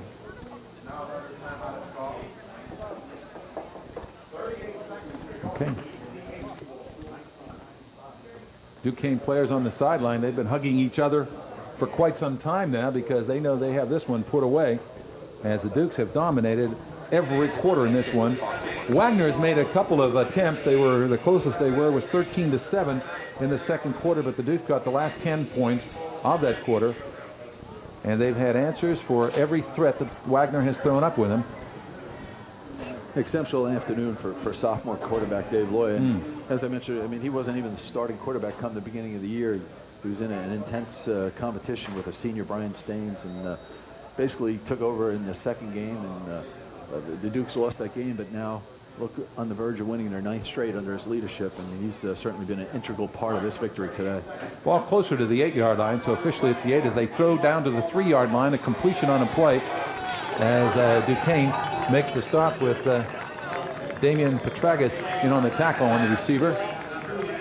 Clock's ticking. I don't think Wagner has any more timeouts left, so they got to line up and try to get in the end zone one more time. They're at the 2. And yes, one more apparently, Brian. Well, that was the third one. They sure took their time calling that one. Yeah, with 19 ticks left. And the final timeout called by the Seahawks. They have it at the Duquesne 2-yard line, but the Dukes have the game in tow, 44-20.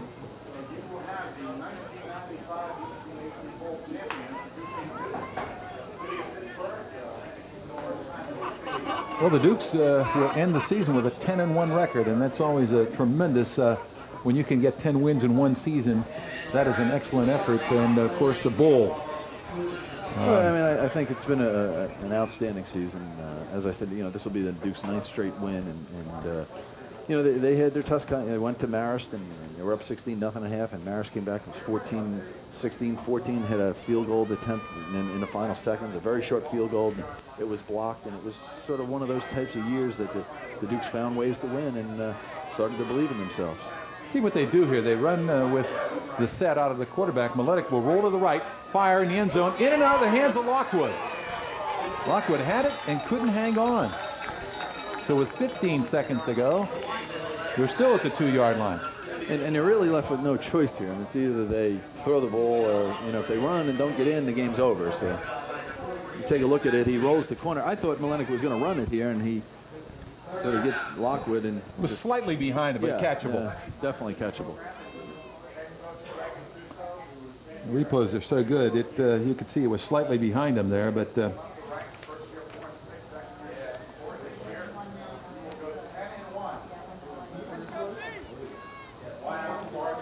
out of the shotgun, Miletic, 3rd down, looks, he'll run to his left. Will he try to run it in? He ducks down. Did he get in there? No signal. And if there's no signal, he is down and injured apparently with 4 seconds to go.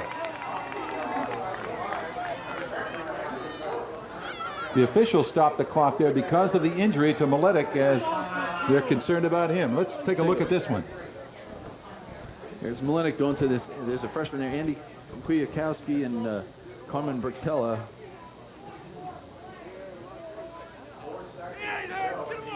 Meet him right at the goal line, and the officials indicate it's not a touchdown. They're going to put the ball down on about the 6-inch yard line. They're in a pause. Damian Petragas, is that? Damian He's Petragas. The one who put that big hit on him. Okay. Okay, they waved off the last 4 seconds of the ball game, Brian. Very interesting, because the quarterback very concerned for the health of Jason Miletic, who was hit right down near the goal line. They're attending to him. This game is history. The Dukes win it by 44-20 to capture the ECAC Division I AA Bowl here in Pittsburgh. Well, I think Walt Hamline, head coach of Wagner, went out and told the officials, hey, this isn't going to make any difference. Let's just wind this clock up and let's get this over with. And instead of keeping everybody around. And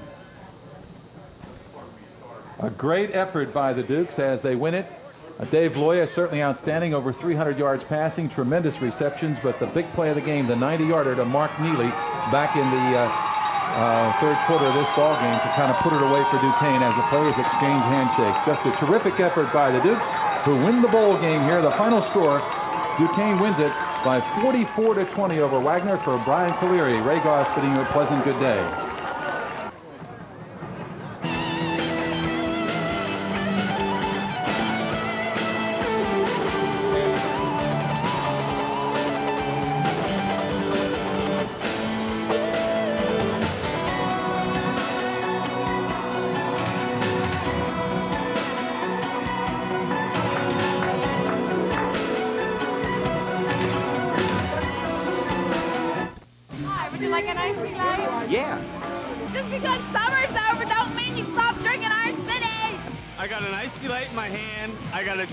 For tomorrow morning.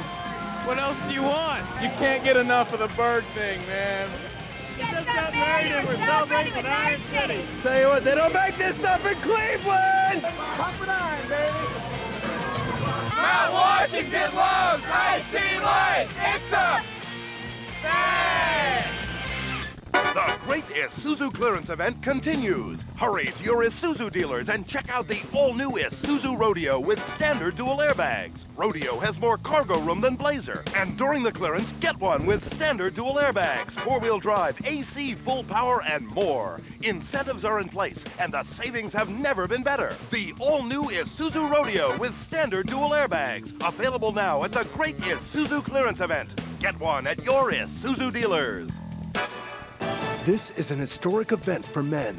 After years in business, Kuppenheimer is having a going out of business sale in Pittsburgh. Now, 20 to 40% off the lowest ticketed price on every item in the store. 20 to 40% off every suit, Sport coat, slack, sweater, outerwear, sportswear, dress shirt, tie.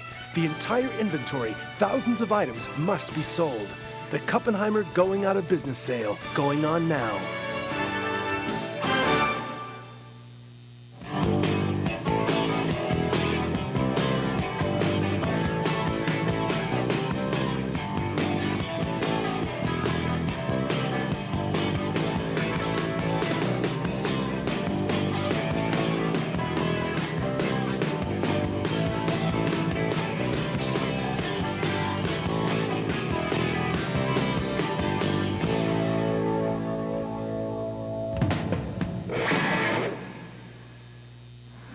Hi, and welcome to Prime Sports Players Club.